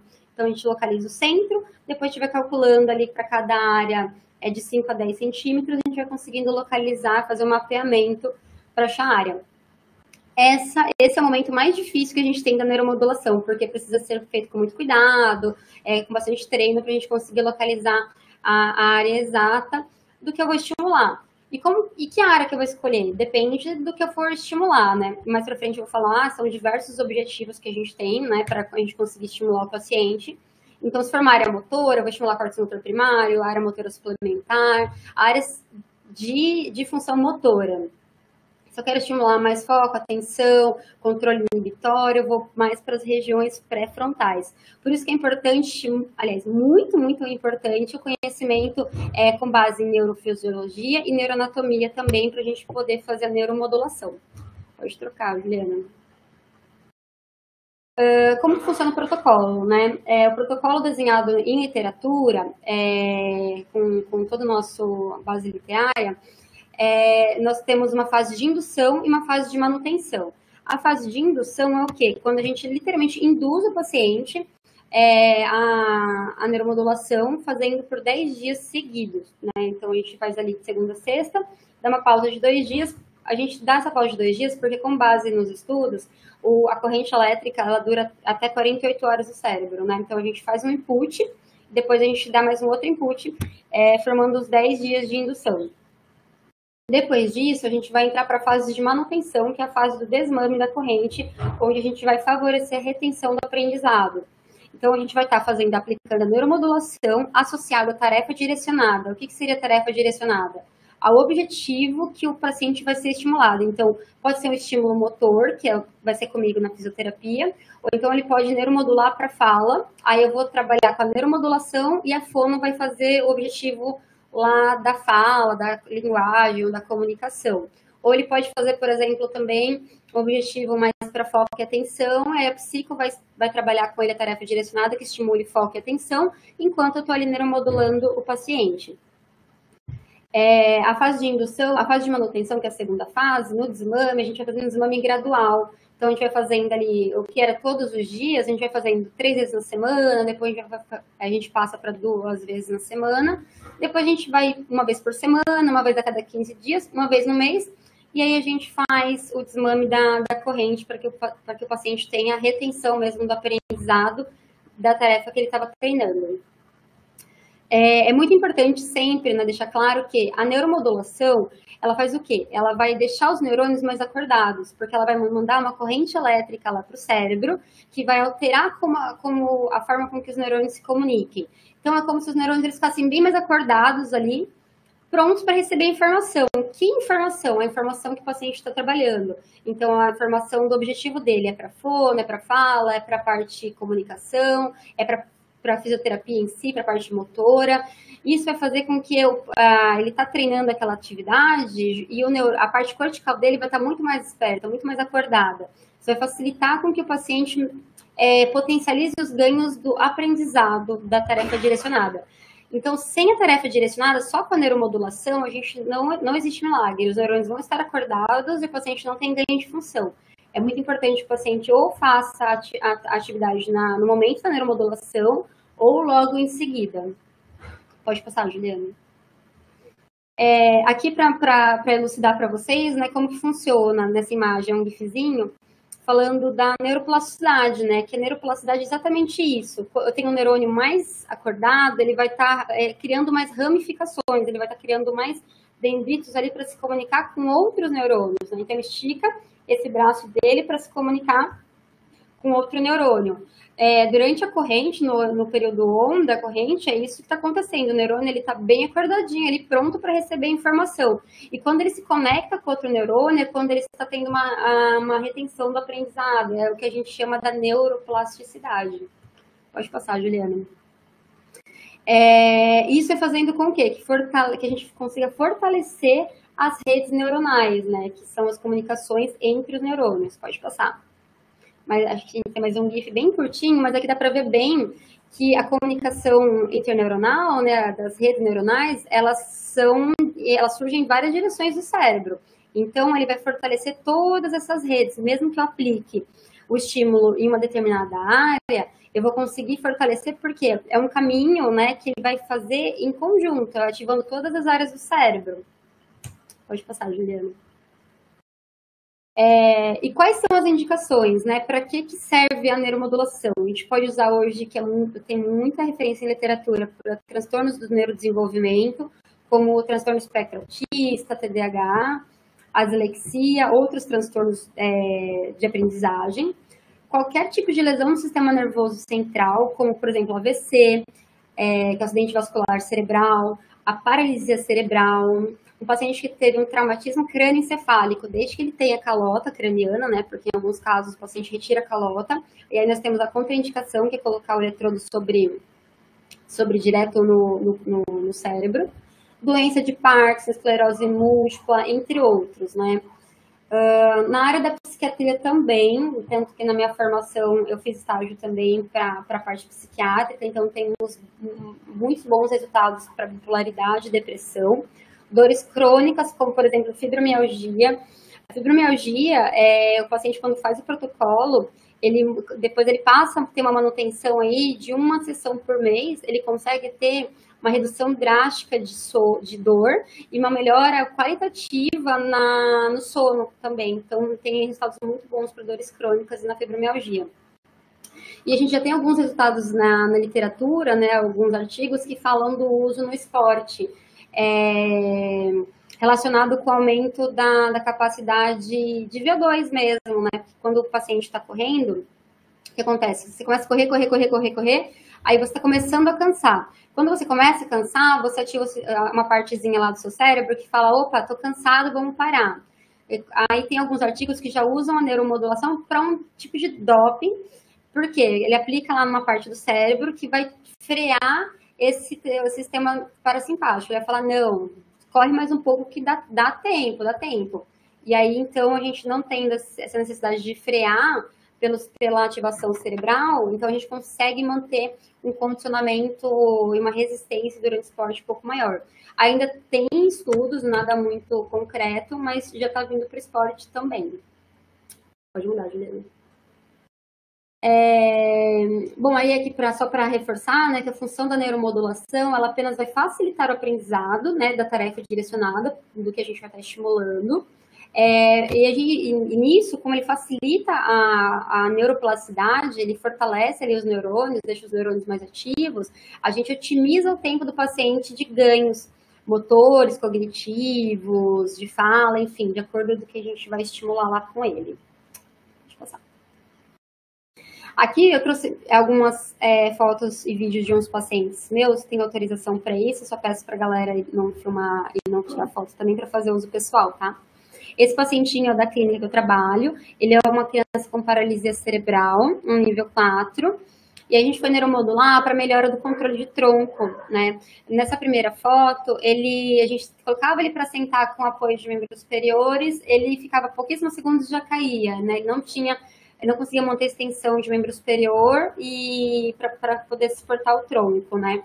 Então, a primeira foto, como ele era antes, essa foto do meio era a gente estimulando, né, junto com a neuromodulação, e aqui nós estamos com, acho que, atendimento de físio mais físio, então ativando o tronco, fazendo rotação de tronco, né, dentro da fisioterapia. E aqui depois, mais para o final do protocolo, né? Então, ele conseguiu ganhar uma extensão de membro superior também, um controle melhor de tronco, e ele aumentou o tempo sentadinho. Pode passar. Acho que agora vem os vídeos, né? Eu coloquei esses vídeos aqui para mostrar também um outro paciente. Ele veio neuromodular para mim, na verdade, para fala, né? Ele tinha uma questão de fala, ele teve um AVC com 5 anos de idade, ele já tinha 2 anos de lesão. Só que durante os atendimentos da fono, eu sempre trabalhei com ele de pé, porque eu sou física, né? A gente vai puxando um pouquinho o atendimento para o nosso lado. Então, eu associava a neuromodulação com a fono, que a fono ia trabalhando a comunicação com ele. Eu deixava ele de pé, e entre a transição de uma sala e outra, eu ia sempre dando referência em membro inferior, porque a área que eu estimulei era cerebelo, que é uma área motora. E a gente estimulou cerebelo com uma área motora, porque se ele estava fazendo treino de fono para comunicação, porque o AVC dele foi muito extenso, pegou as duas áreas, frontotemporal. Então, a única área de acesso que eu tinha com ele para poder estimular era cerebelo, porque o cerebelo também fazem várias comunicações lá das redes, né? Então, eu já aproveitei que estava numa área motora, então a fono trabalhava e eu ia dando uns estímulos meio por fora, assim, que não foi o meu foco, mas que mesmo assim ele melhorou muito a parte motora, só para vocês terem um pouquinho de noção. Nesse primeiro vídeo, a gente estava saindo da sala da físio e foi no primeiro dia de atendimento com ele. Aí ele precisava de muito suporte de tronco para poder andar, de muito apoio, porque o tronco dele é muito pobre, ele tem controle, uma descarga de peso em membro inferior, né, para ele andar, a perna do lado do AVC mais afetado, ele não conseguia fazer apoio, então ele precisava de muito suporte para andar. Pode rolar, Juliana.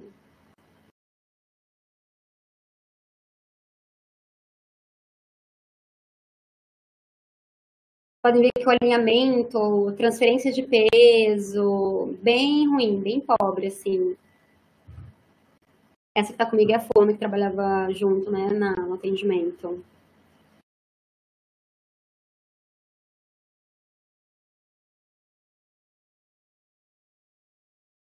Já deu pra ter uma noção? Pode até parar, Juliana, e passar o vídeo do meio, que acho que não entrou, né?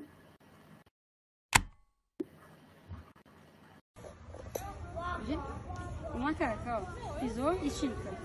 Esse vídeo, ele pediu para fazer atendimento no parque, lá, né, no quintal da clínica que eu trabalho. Então, a gente fez atendimento de fono lá embaixo e toda vez que a gente ia andar de um lugar para o outro, sempre comecei a dar muita referência em membro inferior para facilitar essa extensão aí de joelho, que ele também tinha muita dificuldade. Isso, garoto. Pisou, estica. Pisou, estica.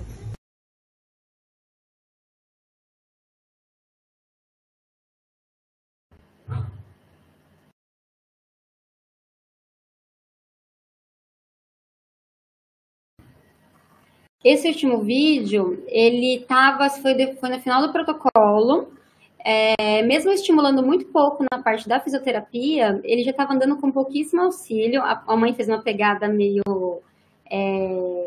alta, assim, não muito adequada, mas assim, dá para ver muito bem que ele já estava trocando passos com pouquíssimo auxílio, um tronco muito mais alinhado, com uma extensão de joelho, uma descarga de peso muito mais alinhada. Então, vamos lá, agora para as reações adversas, né? O que a neuromodulação pode causar de reação? Alteração de humor, ele pode deixar o paciente um pouquinho mais agitado ou mais sonolento também, a gente tem que observar depois da sessão. Vermelhidão no local, ele pode ocasionar queimadura de terceiro grau, porque como eu falei lá no começo, a corrente, ela é quente, ela esquenta. Por isso que ela tem que ser muito umedecida com soro fisiológico. E pode ocasionar uma dor de cabeça, porque né, nós estamos estimulando aqui uma região cortical, então tem uma questão sensorial também, do choquinho, que pode causar uma dor de cabeça.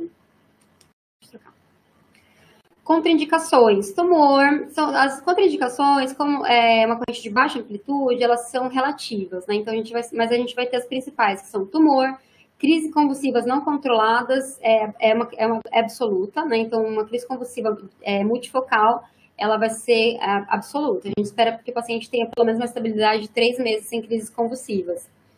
E a retirada da calota craniana, né? Eu não vou aplicar a neuromodulação em cima, direto no cérebro, sem a calota craniana. Pode trocar, Ju. Bom, acho que as dúvidas vão ficar para mim depois no final, né? Se precisar, o Juliano me manda lá, que eu vi ele falando. E é isso, Juliano. Tentei falar assim, só para mostrar o mundo, eu sei que é um universo assim, muito novo. Eu tive contato com a neuromodulação a primeira vez lá em 2012, quando eu estava na faculdade ainda. Foi meu projeto de TCC, de iniciação científica.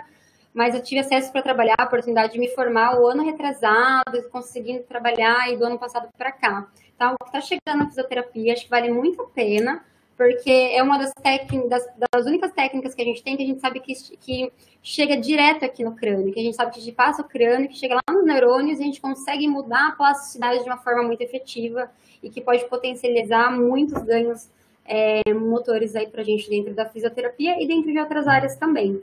Quero agradecer também, Juliana, a oportunidade de poder compartilhar com o pessoal essa técnica, eu gosto muito. E é isso, fica aguardando então as dúvidas, pode me mandar que eu também vou responder com bastante prazer. Tá legal, Edilene, muitíssimo obrigado, foi um prazer contar aí com a tua grande apresentação, tema realmente novo para mim, mas tão importante para tanta gente. Eu queria te agradecer bastante, conforme você mesma comentou, conforme forem surgindo perguntas, então, ao longo dessa semana, da seguinte, eu te encaminho e caso você possa responder, de antemão eu te agradeço mais uma vez, tá bom? Muito obrigada. Até logo, obrigadão, tchau, tchau.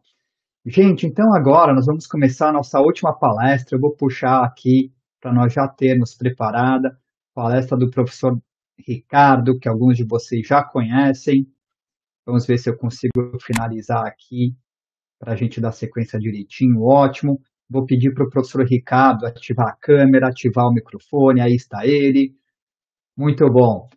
Boa noite, então, professor, me escuta bem? Ótimo, que bom. Gente, então vamos lá. O professor Ricardo, ele é fisioterapeuta, ele é biólogo também, ele é mestre pela Faculdade de Ciências Médicas da Santa Casa de São Paulo, o famoso Hospital da Santa Casa de São Paulo, e ele é muito chique, ele é apresentador do podcast Físio Sem Limites. Professor, eu queria te deixar extremamente à vontade, nós temos aí nosso limite de 20 minutinhos, então, por favor, fique à vontade para conduzir a sua palestra. De antemão, desculpa pelo pequeno atraso que ocorreu aqui. Agradeço muito a sua paciência, atenção e dedicação. E, por gentileza, pode tocar sua palestra. Eu vou te deixar como apresentador para você ficar em condições de trocar o seu slide. Vamos lá. Perfeito. Então, pode conduzir. Muito obrigado. Vamos lá, eu que agradeço. Foi bom que eu consegui assistir a palestra anterior, que eu tinha dúvidas sobre isso. Eu só não consegui ver o nome da palestrante, porque eu cheguei e já estava no meio da palestra. Mas foi muito bacana. Edilene Geiger, depois eu te passo. Me passa sim. Uma coisa que tem sido importante relacionada à dor crônica. Vamos lá. Bom, equipe, é isso aí. Então, quando nós falamos de atendimento na área da fisioterapia, quando você fala sobre a área de saúde, existe sempre uma necessidade de desenvolver algo que muitas vezes a gente deixa passar no anseio de aprender técnicas, de aprender protocolos, de aprender, de fato, o manejo do paciente, que é a comunicação. Né? Mas o que ocorre?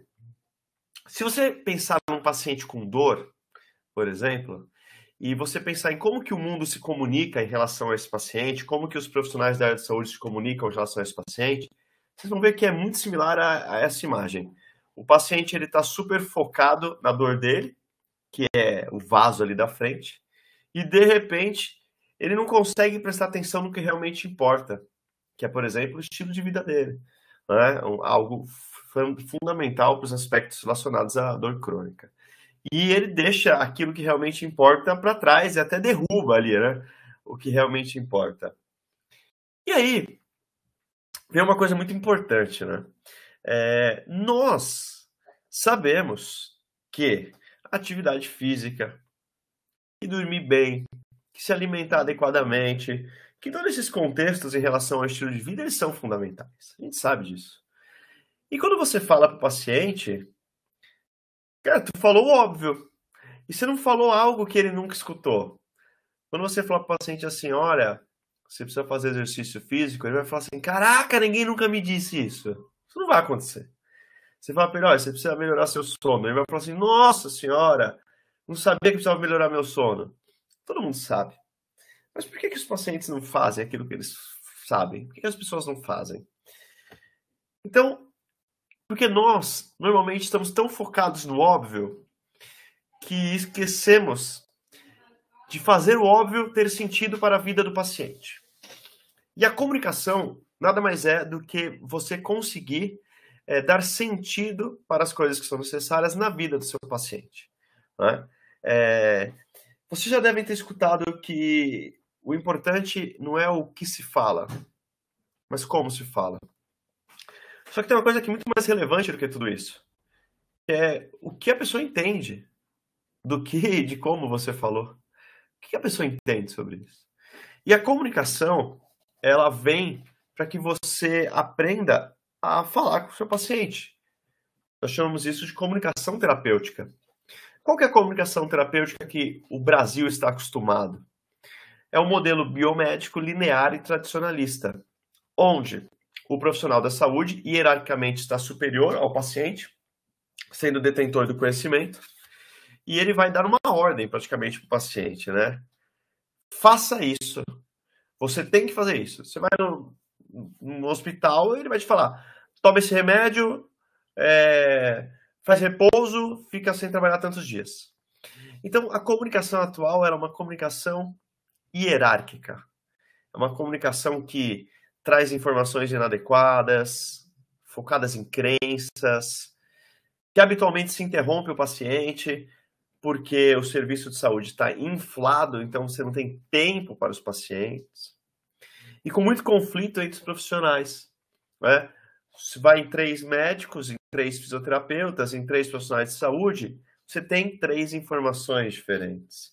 E normalmente poucas delas são baseadas em evidências científicas, né? Poucas delas são explicadas. Então a comunicação é muito falha atualmente. Porque segue esse modelo. Mas como que nós vamos mudar esse modelo? Quando primeiro você entender que ele não é um modelo adequado. Né? É só você pensar. Qualquer pessoa que tem 16 anos na adolescência e os pais falam, faz isso, faz aquilo, cara, nunca dá certo. O modelo hierárquico, o modelo linear de fala, ele é um modelo que tende a falhar. Né? Tanto que as pessoas não mudam o estilo de vida, raramente. Ou só mudam quando tem uma coisa drástica, né? Quando os profissionais falam, se você não mudar, você vai morrer em tantos meses, sei lá, vai infartar. E essa comunicação hierárquica, ela é ruim. E o que nós temos com essa comunicação? Nós temos o paciente com pouca informação, o paciente com pouco conhecimento, e quando ele tem pouca informação e pouco conhecimento, ele tem medo, ele tem evitação, né, e suas limitações. Toda dor, todo o sintoma que o paciente pode ter, dor ela é um sinal, né, quando aguda e quando crônica ela é uma doença, mas todo sinal e sintoma, ele tem um aspecto cognitivo, ele tem um aspecto comportamental, né? E isso é muito importante. O que é o aspecto cognitivo, né? E o sentimental? O medo que ele tem em relação a tudo. Como que ele entende o pensamento catastrófico por algo que esteja acontecendo e assim por diante. Isso gera o quê? Gera evitação. E se o paciente está, de alguma forma,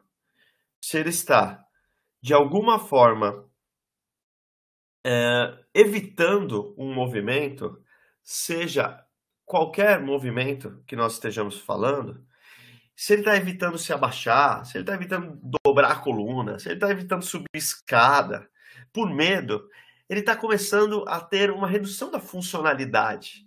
Ele é um paciente que está repleto de nocebo. Ele é um paciente que está numa condição de desconhecimento.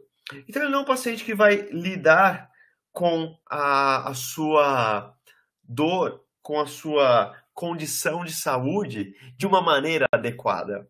Ele é um paciente que vai acabar piorando a sua condição por medo, por não saber o que pode ser feito, né? Esse paciente, ele está fadado a entrar num ciclo vicioso negativo, né? Pensar dor, redução da funcionalidade, evitação, fraqueza, perda de condicionamento, gerando uma série de comorbidades que são questões associadas a um problema de saúde que normalmente não mata, mas leva à morte, né? Que no processo do envelhecimento vocês vão conhecer como doenças crônicas não transmissíveis. Isso vem um alerta em várias áreas. Aqui tem, por exemplo, um viewpoint, um artigo muito bacana, falando como os jargões utilizados, as falas utilizadas em relações às dores musculoesqueléticas são prejudiciais.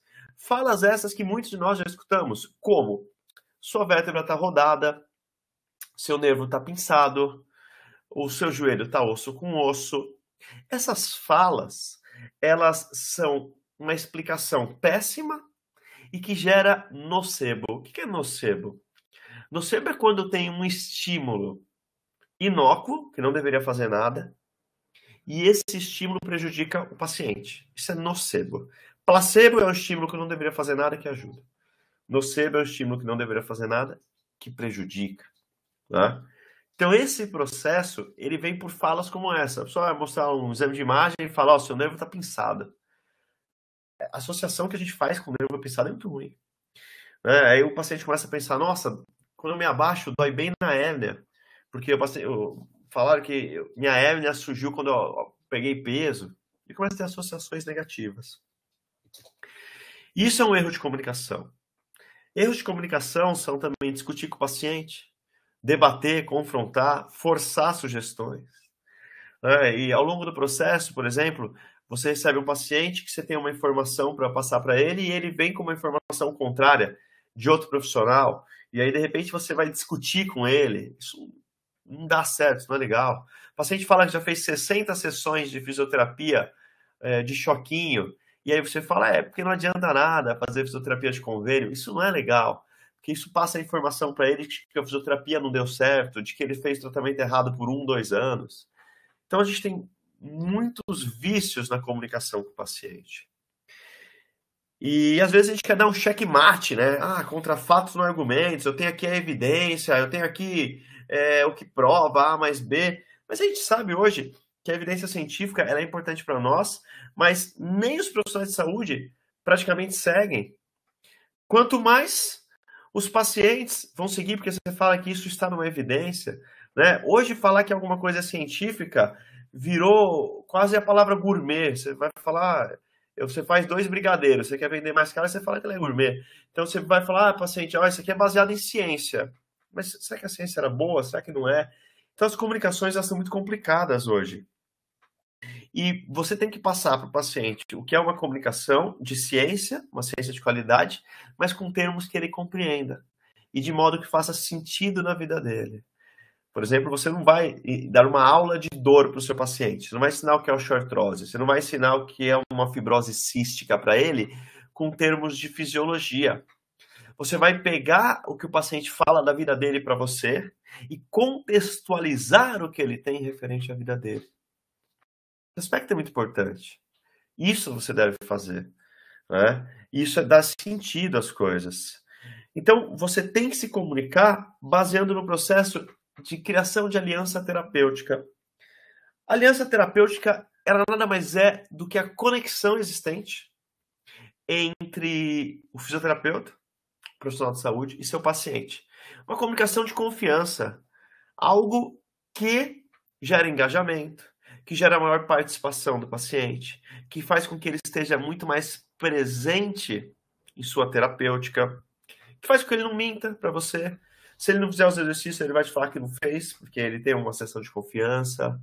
Se ele está indo em mais outros tipos de terapêutica, ele vai te falar que está indo em outras terapêuticas, porque às vezes o paciente está se cuidando com você, está indo em alguma questão religiosa, está indo uma questão xamânica, está indo fazer também ozônio, está indo também fazer ventosa, está indo também fazer acupuntura, e ele não fala. E a gente nunca sabe se ele piorou ou melhorou por uma coisa que nós estamos fazendo ou não. Quando ele não fala, é que existe a falta dessa aliança terapêutica. E como que a aliança terapêutica é construída? Quando a comunicação tem uma abordagem motivacional. Vamos dar um exemplo. Eu falo assim, falo para o professor, Juliano, seguinte, professor, você tem que começar a fazer exercício físico. Aí ele fala assim, olha, eu comecei a andar, eu estou caminhando 20 minutos por semana. Então eu caminho uma vez por semana 20 minutos. Eu falo, rapaz, isso aí não serve para nada, não. Não vai mudar a sua saúde assim. Você tem que fazer mais. Essa não é uma abordagem motivacional.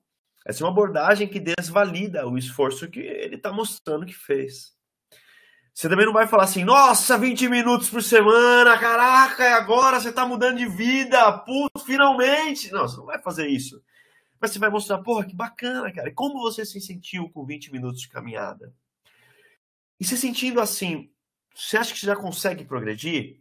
Você consegue encaixar no seu dia a dia mais 20 minutos durante a semana? Então são abordagens motivacionais. Isso são importantes, que trazem a história do paciente e validam. Vocês vão perceber que os pacientes, eles vão fazer muito mais do que você disser quando você tiver uma aliança e se comunicar bem com ele, do que por qualquer outro motivo. E normalmente quem se comunica bem com o paciente é charlatão. É aquele cara que faz as terapias mirabolantes, que não tem comprovação científica e muitas vezes não funcionam, mas eles sabem se comunicar com o paciente. Eles sabem gerar promessa, entender, captar, entrar na mente do paciente, né? E nós precisamos entender esses processos.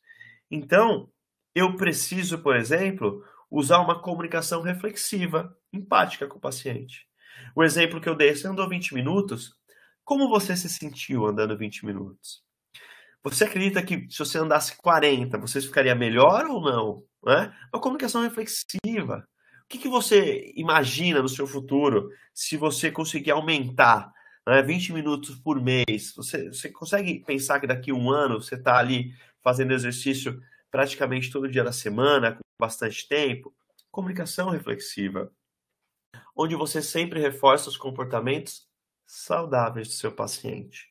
E não menospreza, desvalida ou diminui eles, porque você compara com o que deveria ser ou com outros pacientes que fazem muito mais, né?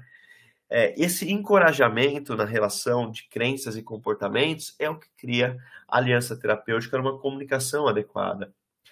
Visto que o processo de comunicação parte com uma escuta ativa, onde você compreende as palavras que o paciente te fala, utiliza os termos dele para perguntar sobre uma dor, uma doença, algo que ele tenha no futuro. Então ele fala para você assim, olha, eu tenho uma dor doída. Daqui a um mês você pergunta, aquela dor doída, ela melhorou? Porque você tem um acesso direto a informação que o paciente te deu, usando o termo que ele te passou, conectando exatamente com a dor que trouxe ele ao consultório. Isso é uma escuta ativa, né? Você não vai ser o psicólogo dele, não é a sua função. Você pode até entender e acessar fatores biopsicossociais, identificando comportamentos biopsicossociais que devem ter ali uma reorganização e aí encaminhar esse paciente, né? Mas você não vai ficar escutativa se ele contou uma coisa da vida dele, você vai aconselhá-lo. Não, pergunta reflexiva não é sobre a vida do paciente, aspectos emocionais, é sobre aquilo que diz respeito às condições da fisioterapia. Né? E isso vai gerar, então, o que nós chamamos de comunicação terapêutica, gerando uma aliança. Em suma, o fundamental é que vocês sempre tenham uma comunicação não hierárquica, mais linear com o paciente. Utilizem perguntas abertas para esse paciente poder falar. Escute o paciente, não fique interrompendo ele. A gente tem estudos que mostram que a cada 47 segundos o paciente é interrompido. Deixa o paciente falar, porque ele vai te contar o que ele tem. E isso é muito relevante. E as coisas elas vão mudar.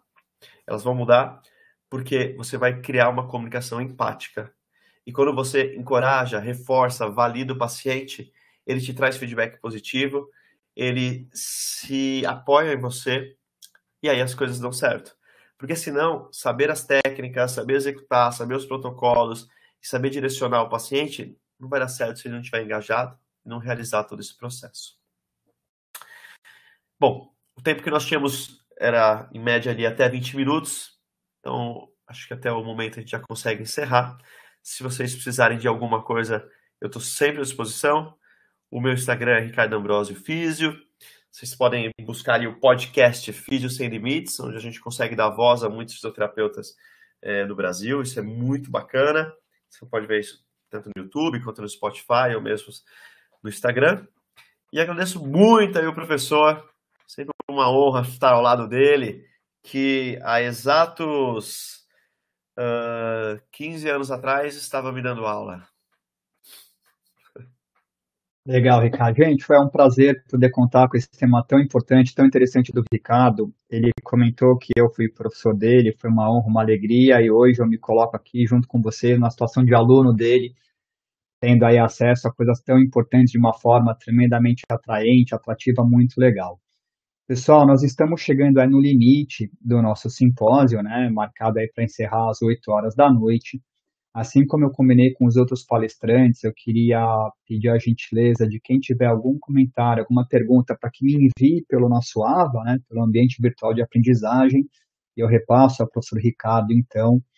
Professor, eu queria te agradecer muito pelo tempo, pela atenção, pela paciência, ficou pacientemente aguardando o horário da tua palestra, que atrasou um pouquinho, em razão aí de uns pequenos imprevistos ao longo do simpósio, mas no fim deu tudo super certo.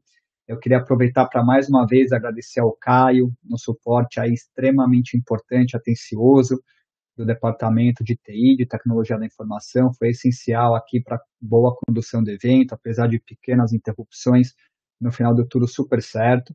Eu espero que tenha sido tremendamente proveitoso para vocês, assim era a nossa intenção. Eu, particularmente, fiquei bastante contente, recebi até algumas mensagens fora aqui do YouTube de pessoas contentes, que conseguiram aproveitar bastante o evento. E o evento ficou gravado, gente. Quem quiser rever alguma informação, pode buscar aqui. A gente vai deixar isso na própria sala do evento, aqui no AVA, tá bom? Foi um prazer estar com vocês. Então, um grande abraço, ótima noite para todo mundo. A gente se vê nos nossos próximos encontros. Professor Ricardo, mais uma vez, um grande abraço. Gente, até mais. Tudo de bom para vocês. Eu vou encerrar por aqui, tá bom? Tudo de bom. Até mais. Tchau, tchau.